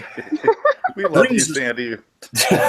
Which brings us to the winner's circle, and believe me, this is a tough call because again, really good ideas and then developed in interesting ways. And while I'm still not satisfied with the ending, I think I have to give it to Tiki. All right. But it was close. I want to make that clear. It was close. Gabby, you put up a really good fight. So Tiki's got 2 points. Gabby's got 1. And Sandy, he's right, metaphorically next to me. The judge, Judge Glasses, if he so Sandy, chooses. you still love all of us. You love all of us, Sandy. Don't- Well, I'm still considering that. Oh, God. No, you do. You still love all of us. Calm down. This isn't Monopoly, Sandy. This game doesn't destroy friendships. It's not Monopoly or Mario Party. Oh God, Mario Party. Yes, Sandy. Yes, Dragon? Well, you were addressing Tiki. I just wanted to make sure you got your point Oh, across. no, I know. I just want to say you all are my best friends except Gabby.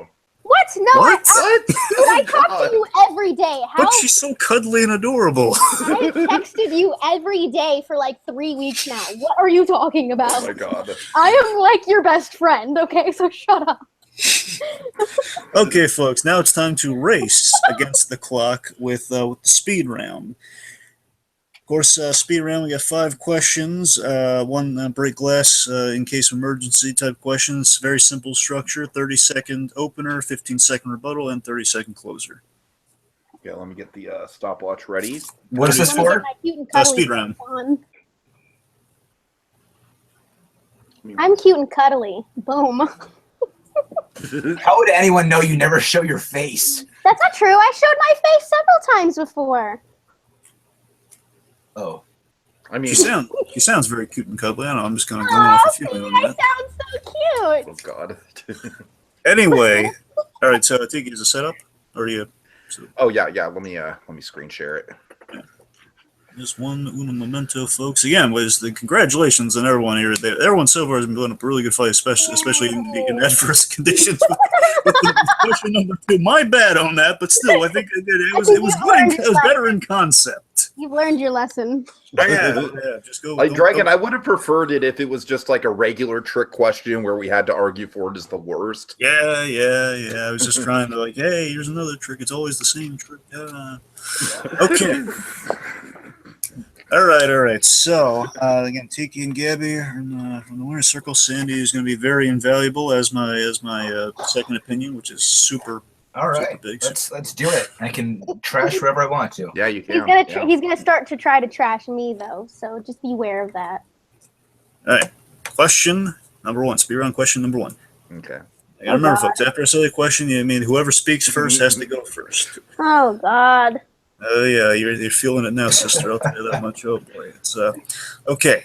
Best use of A113. Oh shit. Is that a machine gun?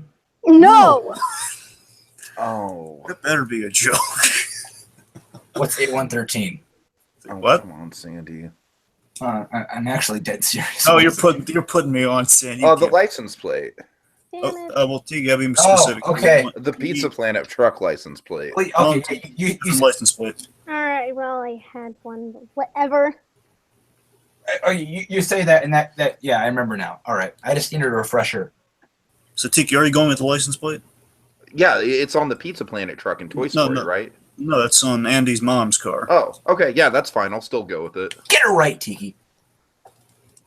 Okay, Tiki's got A113 on Andy's mom. His car. All right. Gabby. Mine was the from Wall-E, the code. All right. Going big on it. Okay. Wall-E secret agenda. Now, what is the category here? Pixar. Well, yeah, Pixar, I know. But I mean, what are they choosing? Like, why are they Best choosing? reference for Like every Easter egg of A113 they had to pick from, and they picked like the best use of them putting in the Easter egg of hey A113 for the the classroom in Cal Arts. That's where A113 stems from, and they always put it in every Pixar film. Okay. Super cool. Okay, so Tiki, you go first, and whenever you start talking, and of course we hear the sound of my little buddy here, not the skipper, but good old R2. Let me get something straight though first. It's Yes. What's the starting time again? 30 seconds. It's 30 seconds, then 15 to fight it out, and then you basically take rebuttal. You say what Got it. So yours is 15 better. seconds. Okay. Yes, 30, 15, 30. It's the 30, 15. Great. It's a 30 sandwich. 30 sandwich. Beautiful. Okay.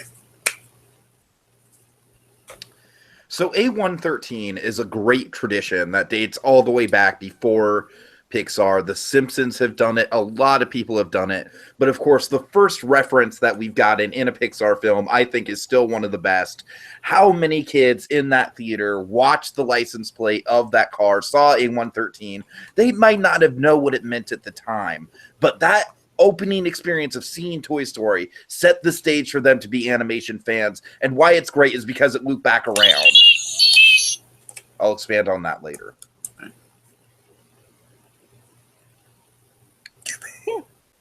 Okay. All right, so in Wall-E, A113 is basically the code for the directive given to, the dude, Otto, never returned to Earth. It's actually, though, it's the first time that A113 had any real, big significance to the plot. The whole plot of Wall-E is A113 is the code that, you're not allowed to go back to Earth anymore. So it has a significance. It has significance, but Otto is honestly my least favorite part of Wall-E because it's just a shallow ripoff of HAL from 2001. And as I said, I think by the time animation fans grow up, they know what A113 means, and it's a really full circle experience for them.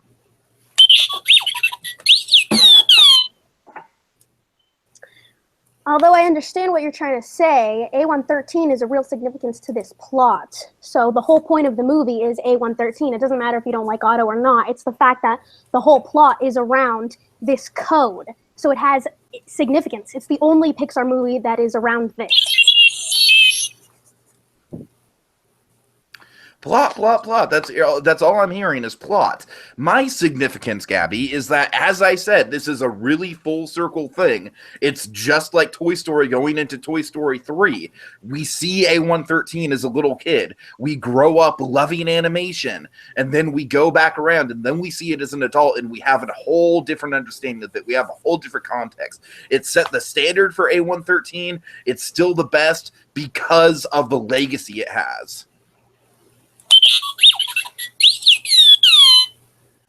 Okay, well, the part that makes it so big, though, is the fact that it is the plot, because it is the first and currently the only A113 that has any real significance to Pixar.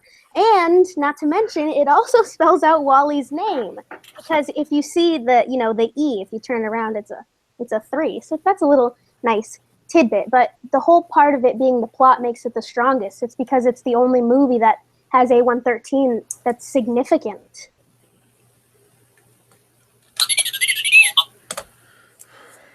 Okay, Sandy, what do you think? Who do you think got this one?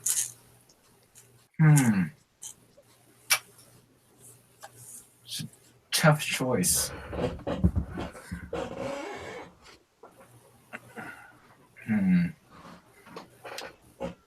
I guess it probably would have helped if I was listening better.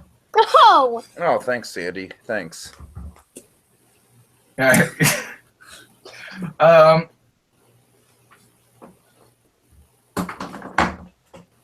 Well, I don't think he has an opinion, Dragon. all right. I'm still thinking. Okay.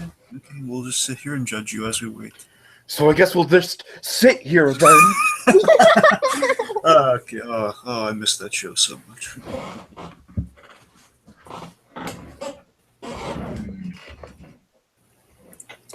Gonna have to go with Tiki's here All right. Here's where I'm coming down. for unknown reasons. Okay. Well, here's where I'm coming down on. Just there's a little feedback here. Is that again? I think Tiki brought up the most points, and I think Gabby had the stronger pick though. But unfortunately, as Tiki pointed out, she was just really repetitive, and I didn't hear anything different from Gabby. And I really think she should have had that one in the bag. But again, I think Tiki had it with, like, he kept bringing up. He brought up legacy. He brought up, it was the first one. It was something that imprinted on people. So I think he was going somewhere as it's just built and paid off. For Gabby's again, really strong starter. Oh, I'm the worst at these. Okay. Oh, you're fine. You're fine. So this point goes to Tiki. It's 3-1. 3-1. How many of these do I have to get before I win? Right. Let's see. Well, I believe it's.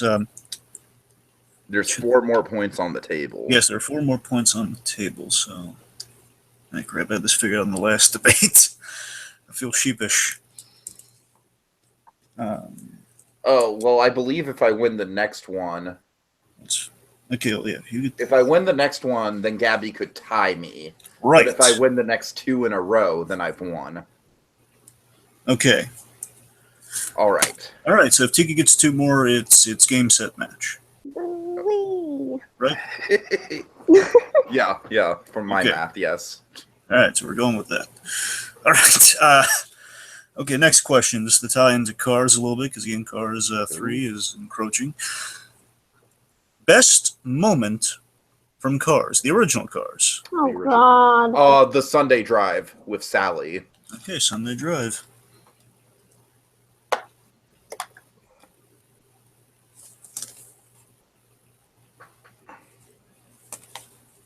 Not a Cars fan, Gabby? Nope.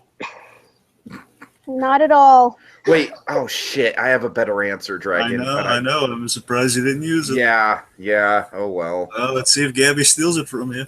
Oh God. Yeah. Right. I barely even remember the movie. I didn't like it so much. Oh man. Freaking A, man. Oh God. I don't even know. Use the Force, Gabby. Okay, so yeah, right.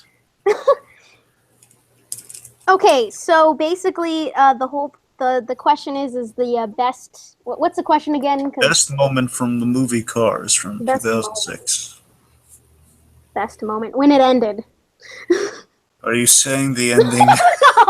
The heartwarming moment where Mater gets his helicopter ride, that ending? No, I was being sarcastic. I was basically saying Alright. the movie being over because it was that bad, but it's not as bad as the second one. So, okay. I got my tickets to Cars 3. Understood. Freaking A, man. I guess the best moment would have to be when crap. You know what? The best moment is when Lightning McQueen. Fuck this question. I'm literally asking for one moment from the movie, just one. I know, and I can't even think of one. It was just I can't. Come on. One moment out of about roughly 90 minutes. Just one. I know, but I guess the best part of it was the credits part where they had freaking the cars, and he said you are a toy car, but that's like the credits. Okay, I didn't say that, Gabby. I would have. Really? You would say Yeah. that? Because there was the part where, what the hell's his name? God, the Big Mac truck. Mater. Mac. Well, do you mean Matt? Oh, you mean John? The John Ratzenberger character. John Ratzenberger. There you go. There's a part, at the end. I think it's the credits where he's watching movies, and there's Toy Story with Ham, and there's Buzz and Woody, and he says, "You are a toy car." I think that's the best freaking part. It's hilarious. Right. So you want the epilogue. Do you want it just the movie part of that, or you want the whole epilogue? The whole epilogue. Okay, That, hold that up whole there. epilogue was really good. That was it. Okay, epilogue. Okay.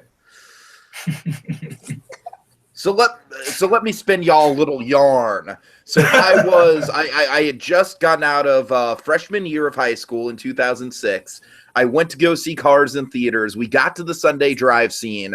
I saw that waterfall, man, and I thought, oh my God, that would make the perfect thing for California Adventure. Flash forward to 2012, they have that as the centerpiece to Radiator Springs Racers. I think the Sunday drive is the emotional high point of the movie, and it's also the most beautiful moment of the movie. God help us all.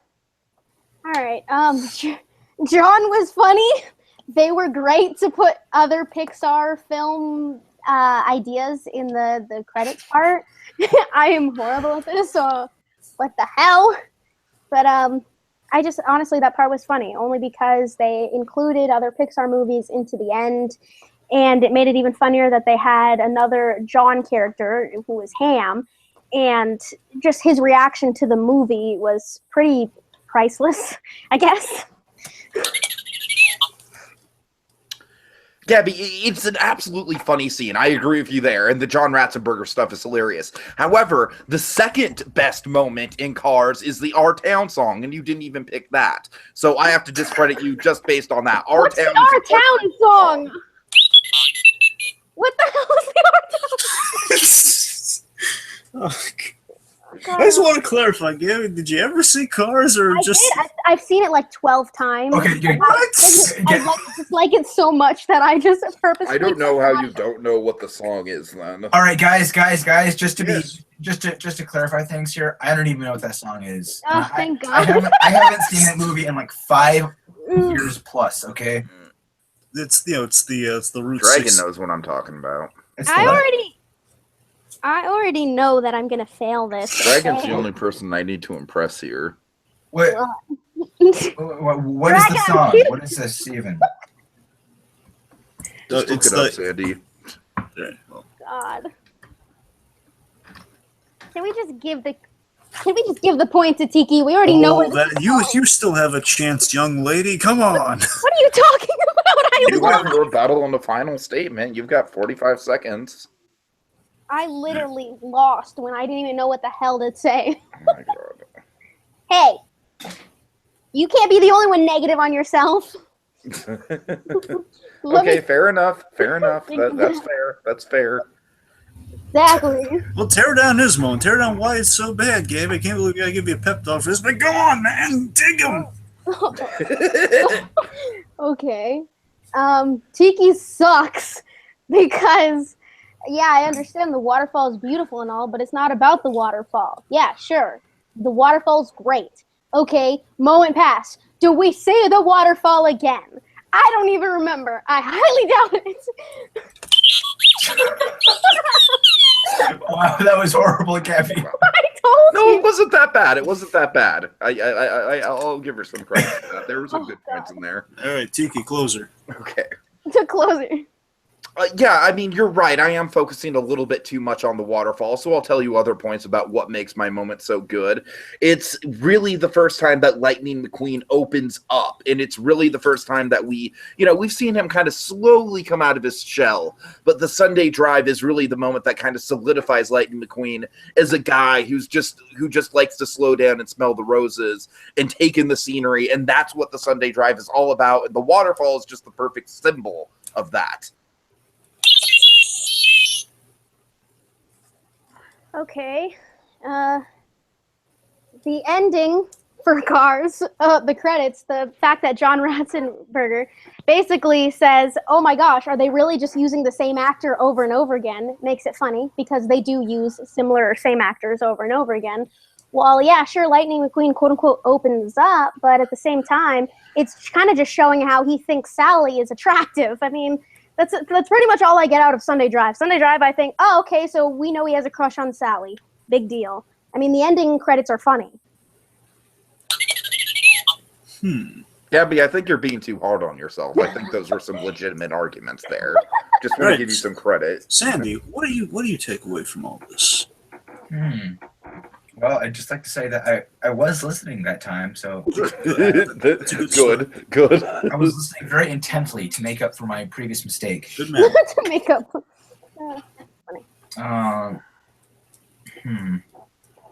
I like both. I've always liked. I have to be honest. I've always thought the ending was hilarious. The ending credit scene. Man, I haven't seen that movie in so long. I can't. Man. I Someone's ready for Cars 3. Yeah, me, the one person. I mean, I didn't mind I'm Cars. ready too. I'm gonna be blunt with you. I'm not a big Pixar person in itself. I really love the more Disney classics. I'm really big on the classical Walt Disney had actual effect in the movies. That's fair. That's fair. So I'm not a big Pixar fan. So this debate, like the whole debate, I knew I was gonna have, I wasn't gonna have a great background to it because I'm not a big Pixar fan. I really don't like Pixar. I like more of the classical stuff of 1950s, 60s, kind of deal. So this is not my jam. All right. So I knew I was not going to come out alive. All right, Sandy, anything else you want to add? Well, it's tough because honestly, I never really had much of a connection to the Sunday Drive thing. I do remember that. I think it's the scenery is beautiful. That's probably the only thing I love about it. Of course, can't remember much else, but man, if I had to choose one, I think it'd be the ending. Just say I honestly I value laughs more than whatever the heck was in Sunday stuff. Here's what I'm coming down on it. Someday. Here's what I'm coming down on it. I think Tiki definitely really knew a lot about his moment. Hell yeah. He again, I think he explained it well, of course, to get the good connection. I think he laid it out really strong. But at the same time, part of me feels he might have been a little blinded in kind of the love for it. Okay. In that Gabby, I think she just the callousness with which she approached this approach Cars. I think that actually turned up being kind of an accidental strength that seems to have paid off seriously because she kind of boiled it down really like all this great love that Tiki's thrown out there. She's kind of points out, oh yes, it's like we're glorifying a waterfall while it's lightning fall in love with Sally. It's kind of the crux of the scene, and I got to tell you, I mean it gets really well animated, of course, since it's the slowing down message, but she's kind of right in the movie. It's just kind of like we know where this is going, and it's kind of like a bit of a distraction. Yeah, that's a bad choice of words. Yeah, I'm saying it does kind of slow down, and that maybe that's. I'm saying I think I'm kind of agreeing with Sandy here that the laughs are a little bit. If there is a sect of people that really just have just completely forgotten Cars again, that ending will stand out to you regardless. So I'm going with Gabby, believe it or not, on this. I agree with you, Dragon. I think Gabby had some very good points against mine. No, I'm not being facetious, Gabby. Let me give you a fucking compliment. God. Hey. Taste of your own medicine, bitch. Okay, fine. I think we found the new Jesse Pinkman. Tiki, we give you compliments all the time, and you hate on yourself endlessly, and we are like, all right, Tiki, that's it. We're going to kill you with love. I do hate on myself. You're right. You wicked do. So. All right. Right now, it's 3-2. Tiki has 3. Gabby has 2. Next question is... Oh, God. Okay. Which Pixar film should become a TV series? 'Cause of course, we have Buzz Lightyear Star Command, that based on Toy Story. Yeah, Tiki says Incredibles.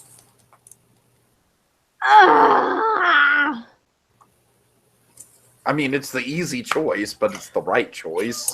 Which one was it? What's the category? Incredible. It's because he's right. Which Pixar film should become a TV series? Kind of like how Buzz Lightyear Star Command, of course, is based on Toy Story. They've only done that with Buzz Lightyear. Never had another series. So going to take you saying Incredibles. Gabby is still deliberating. Hell yeah! Like I said, Pixar is so not my strong point. Jesus, take the wheel, man. He's sleeping from too much coffee. You're gonna have Gosh. Well, okay, because here's the deal. I was gonna say Wall-E, but the whole freaking crux of Wall-E was get off your fat ass and get back to Earth because Earth is dying and y'all are gonna die fat up here. Okay, so what the hell would be the point of it? But then at the same time, if you did something like Finding Nemo, well, Nemo's already found. So what the hell? So, Gabby, I just want to make clear to you that this is your opportunity to give Remy his own cooking show. Oh, hell no. Oh, God. Hell no. Ratatouille wasn't even... There's no way in hell. Jeez. What about Bug's Life?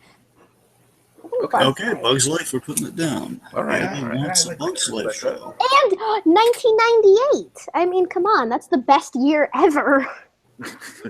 Well, it indeed is. It's a solid year. I gotta give her that. Right. Yeah, it's the year I was born, therefore making it magical.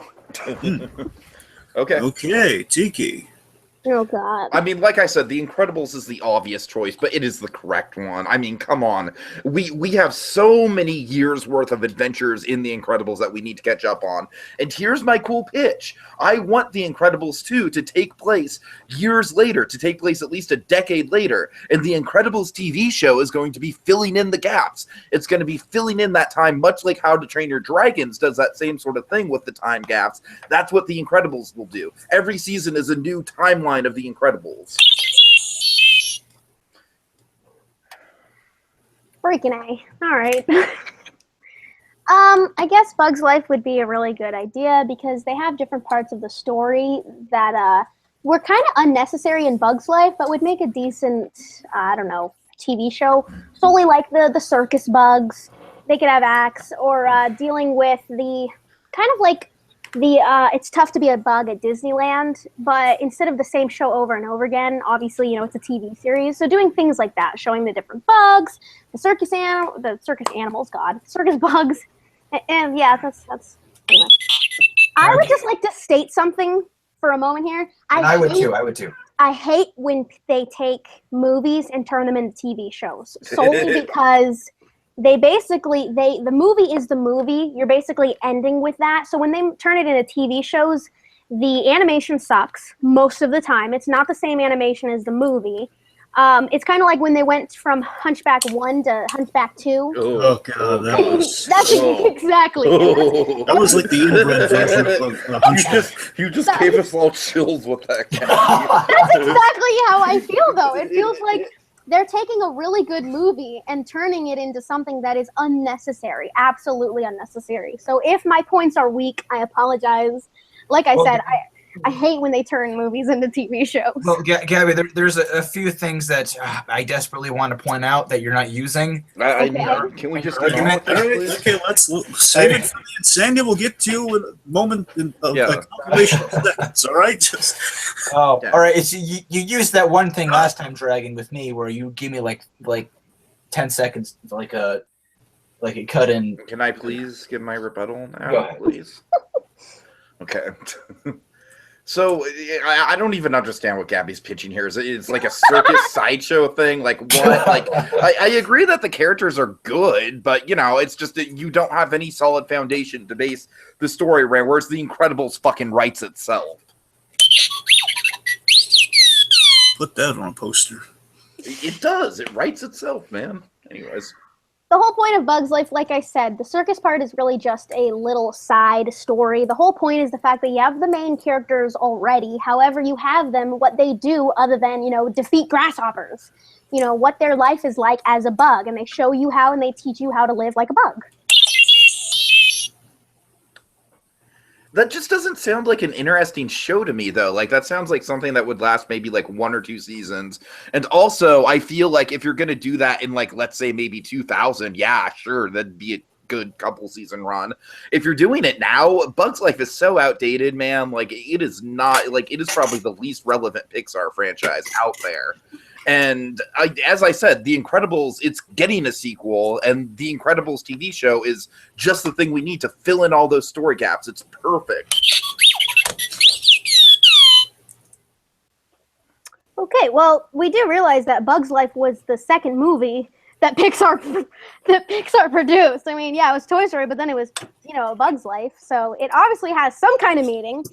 Not to mention, I understand that Incredibles could be a TV show. However, what exactly are you going to do? You're going to introduce new characters, and if you introduce new characters that are not in the second movie, people are going to be pissed because they're going to be wondering why you have new characters in the TV show but not in the movie.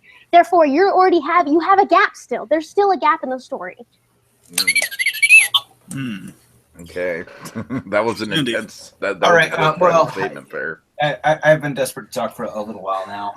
I basically had my mind made up from the beginning when I heard what Gabby's option was. Because I've always loved Bugs Life a lot more than The Incredibles. Okay, now you're just being biased, son. Okay, listen, hear me out here, okay? All right. What I'm getting from you, Tiki, is it just sounds like you're talking like a greedy studio big shot who just wants to do what's big and popular, not thinking about what the creator really wants. I think Bugs Life could be a really who says it has to be exactly like the movie? It can be something completely different. Just keeping the same characters in there, the same world. The Bugs Life, it has beautiful world building, has great characters, great music, great voices, everything. That's what it's like. The reasons right there is why I love it. It's just so mind blowing. I'm gonna stop talking about the world now.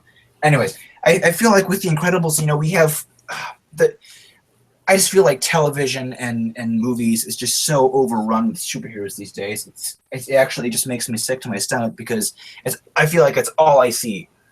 And we're already getting a sequel to The Incredibles. We don't need a TV show. We really don't. Bugs Life hasn't been seen the light of day for years. And I know you say it's some kind of drawback, but I think if you were to reintroduce it, it's still a marketable franchise for Pixar. This isn't like The Lion King where you can come out with The Lion Guard 20 years later and it's going to be successful. And that's not what I'm suggesting. I'm just saying superhero films are just way too common. I don't think an Incredibles TV show would be anything. The Incredibles is arguably the best superhero movie ever made. I guess in your opinion, yes. I was about to say opinion. All right, here's where I'm coming down on it. This is a tough. I'm sorry, Tim. Did you want to keep? I'm sorry. I was just gonna finish up saying, I don't think we need an Incredibles TV show. We're already getting a sequel. We already see too much superhero jazz these days. Bugs Life seems more original. That's all I'm saying. Well, just to make the point, I have deep reservations about just kind of the superhero comment Sandy made, but unrelated to that. Just getting into this. Well, I'm sorry, Dragon. I'm sorry. I know you love superheroes. I know. I'm sorry. I know. I see what you're saying, though. I disagree. But I don't want to get into that discussion now. Just back. Just to get into the. So I'm really torn on this because I'm hearing. I'm hearing.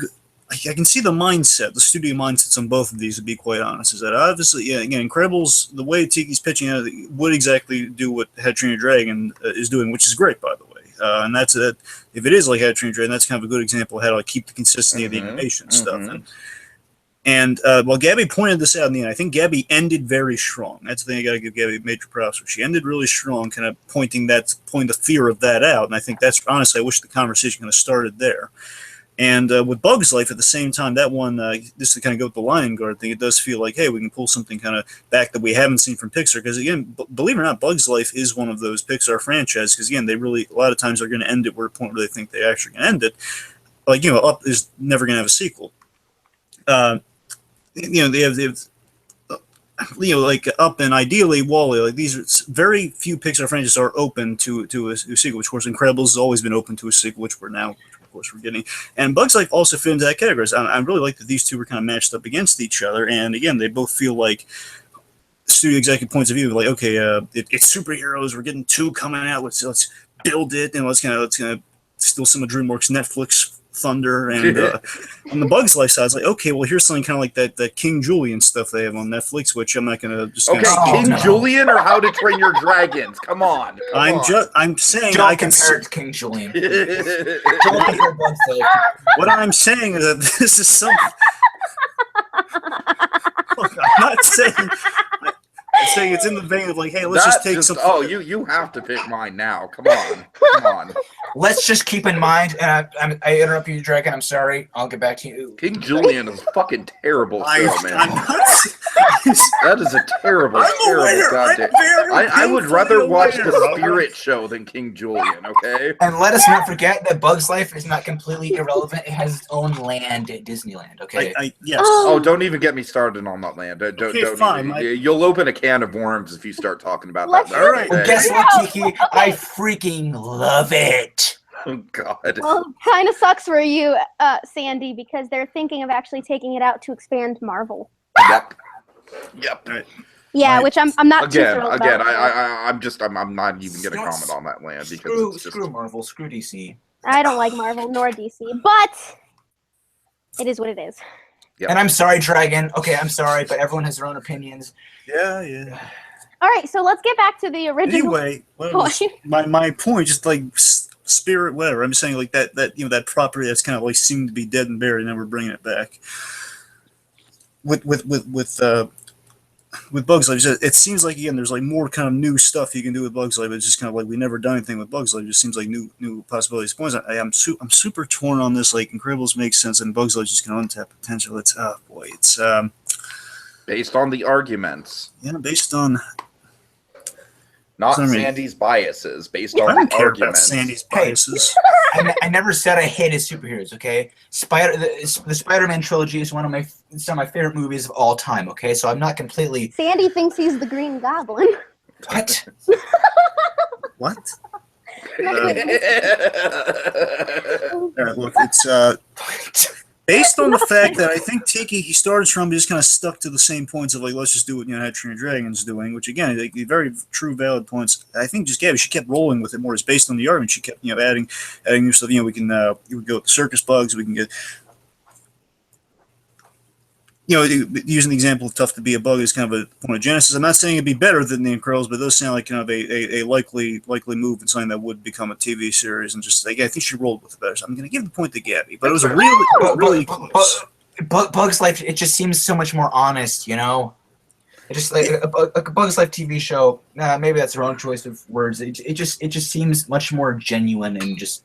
Honestly, I think none of them should become a TV show because, like I said, when they take freaking movies and turn them into TV shows, it's like they literally remake Hunchback of Notre Dame 2 over again. And Again, we could do a whole separate discussion on this. Believe me, really could because I think Gabby has a lot of merit what she's saying. But it's again, there's sometimes you have some examples that. Anyway, I'm sorry. Let's skip all that separate conversation. Anyway. Sorry, because I really want to get into this, but we don't have time, so we got to move. Yeah. It's 10 o'clock. And speaking of not having time, guys, I think since Gabby and I are tied up, we should do like we did last time and make this the decider. All right. Well, use all right. Okay. Last question. Yep. In honor of Wonder Woman. Oh God. So I guess Sandy's not going to like this question. I haven't even seen Wonder Woman. You don't have to. That's not the point. Honor of why superheroes.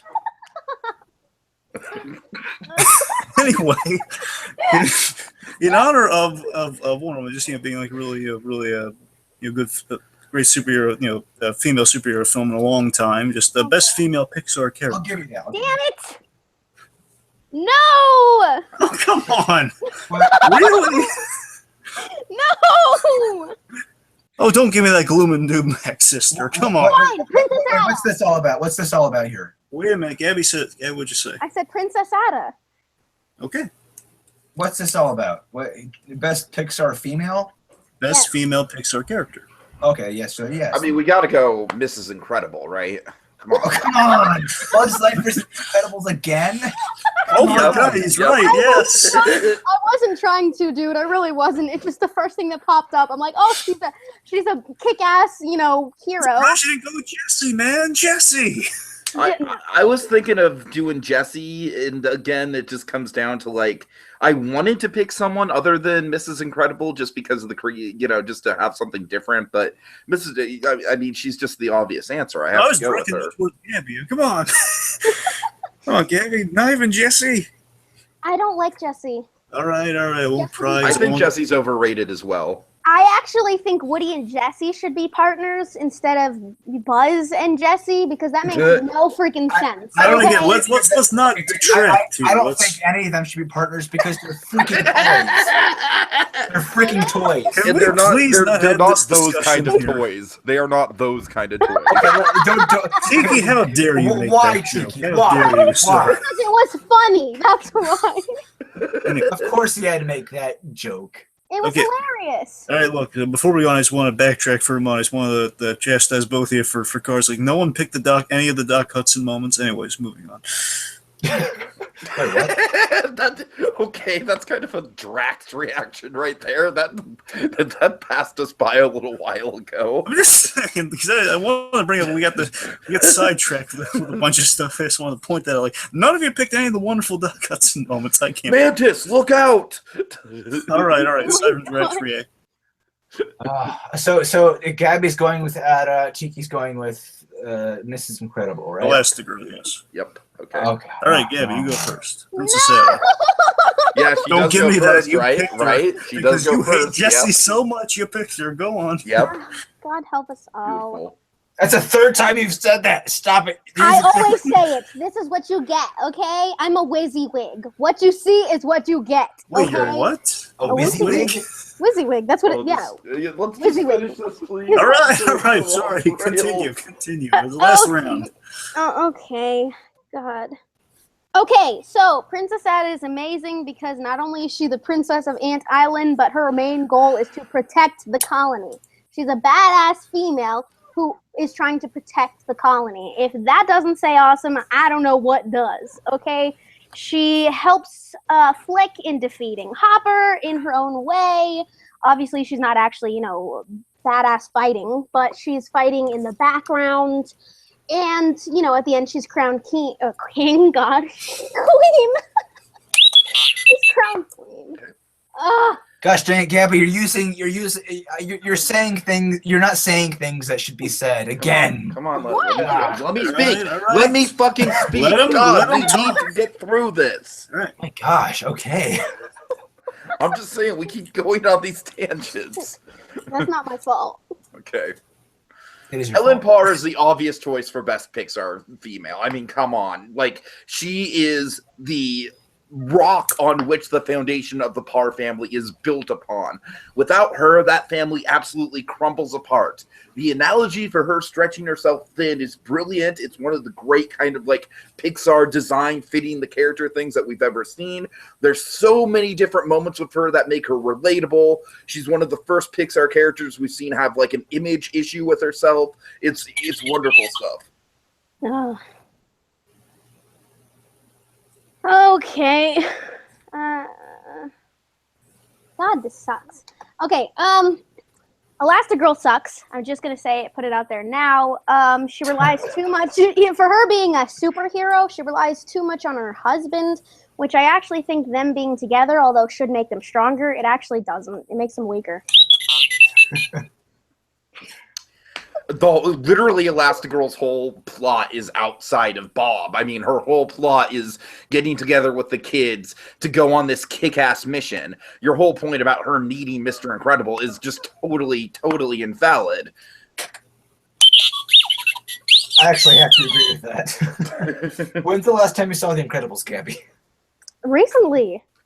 Then you should know this. There's no way Elastigirl is in Bob's shadow. There's just that's just an inaccurate Kind of statement. is, though. That's All actually... right. How is she in Bob's shadow? We'll deal with it after Not the yet. debate. Save it for the end, Sandy. Save it for the end, Sandy. All right. Against Helen Parr, prior to marrying Mr. Freaking Incredible, she had a strong opinion. So she had a more strong opinion. She was not going to settle down because, she didn't want to be a married housewife. So in the end, she ends up being a freaking married housewife, and she does have to get her quote-unquote powers back from her husband.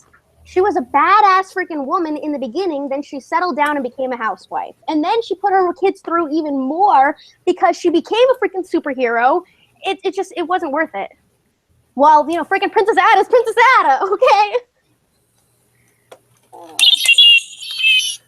Princess Ada is nice but bland. I mean, she's just like, she doesn't have a great personality. I'm not saying she has a bad personality, but she doesn't have anything that sticks with you. And I think you just have a core foundational misunderstanding of what Mrs. Incredible is. She is absolutely a strong woman. She is holding the bedrock of her family together through that. That's what makes her strong. She has the most outspoken opinions out of anyone in the Parr household. Her whole life is about her family. What is more honorable than that?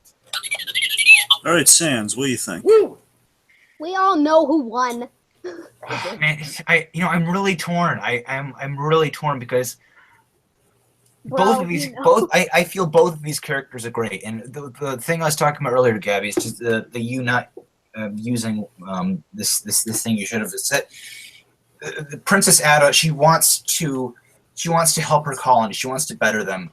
But she is just so nervous and so self-conscious about herself and her own skills that she ends up messing up more than she fixes, which I think is she finds this in herself, and it fixes itself at the end of the movie. And I think it's what's great about her character. I mean, I think Tiki put it very, very nicely of what makes Mrs. Incredible, a great character, which I think, I love The Incredibles. I love The Bug's Life. This whole thing is it's difficult. But if I had to choose one over the other, it'd be Princess Ada. I'm sorry.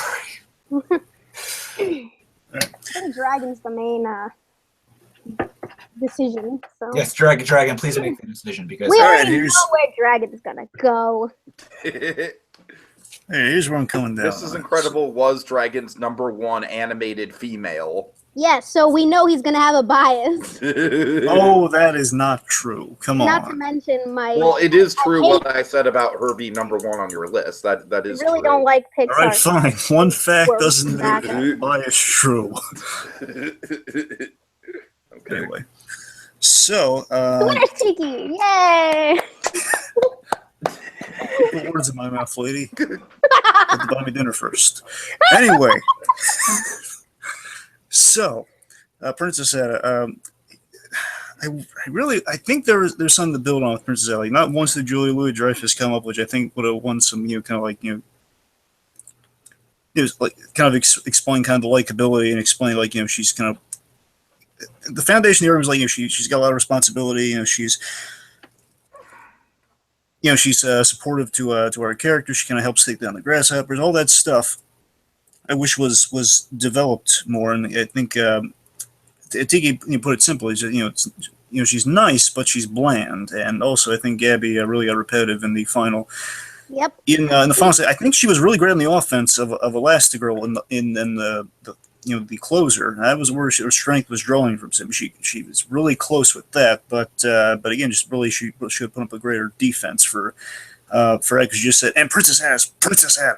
Really, the minute I heard that, that was Gabby just accepting defeat. That was just me accepting defeat. And just gonna analyze Tiki's strategy here for a mere moment is that of course the Rock of the Parr family. The image issues, like all the realistic problems that she has. In spite of that, she's still a really strong character. And very, very realistic. Basically, we got more layers with what Tiki was laying out. But again, Gabby almost had it. I thought with bringing up she was domesticated in spite of herself saying she'd never be domesticated. I think if she pulled on that thread earlier in the argument, it might have been a lot more close. She could have stolen. I already knew I lost. So point goes to Tiki, which makes him super winner. Yeah. Winner, chicken dinner. It's Tiki. Oh my God! Hold a cow. Okay. So Tiki, with your non-existent money, what are you? And your crooked glasses. Dragon, I am going to Halloween Horror Nights. That is something that I am actually going to do in the first. But he's gonna buy you dinner first. I mean, if Dragon wants to fly down to California, I'd be happy to buy him dinner. Yeah, let's go. Let's all go. I would be happy to buy you all dinner. I really would. Come on, Dragon, let's do this shit. Okay, so let's. We had a good fight. Everyone have a good time this evening. Yeah, honestly, Dragon, it was a lot of fun. You know, I don't want to be too harsh on you for the trick question thing. It's a I don't lesson wanna be- learned. He hated on you, now he loves you again. Yeah, I love you. But yeah, I think we all had a productive evening here. Wicked. It's 10:14. Cheeky, your glasses are crooked. I know that, Ezra. So, like the People's Court, we're going to ask you how you felt about things. Sandy sounds a little bitter. He wasn't quite thrilled with how I things lost turned out. every round. I have Didn't you do that the last time too, though? Yep. But he was invaluable by my side. well, you know, Gabby, I had forgotten about that. Thanks for bringing that up. This is what friends are for. Let's remind Sandy of that time he had polio while we're at it. Time what? I'm sorry, Sandy's a dumb joke. At that Time I had polio? Yeah, that time he had polio. I'm sorry. Wait, what? What? What? Let's I'm not remind. to tell anyone, Dragon. This is between you and me. Come on. Wait, what? Dragon, are you not telling us something? No, Dragon, no, I don't. don't I don't know what you're tell talking them. about. Dragon, I know don't nothing. tell them. Okay. I'm not on the record. Shit. He really Anyway. does mean something. Also, Sandy, What? you killed one of your people in the tag team fight. Good night, everybody.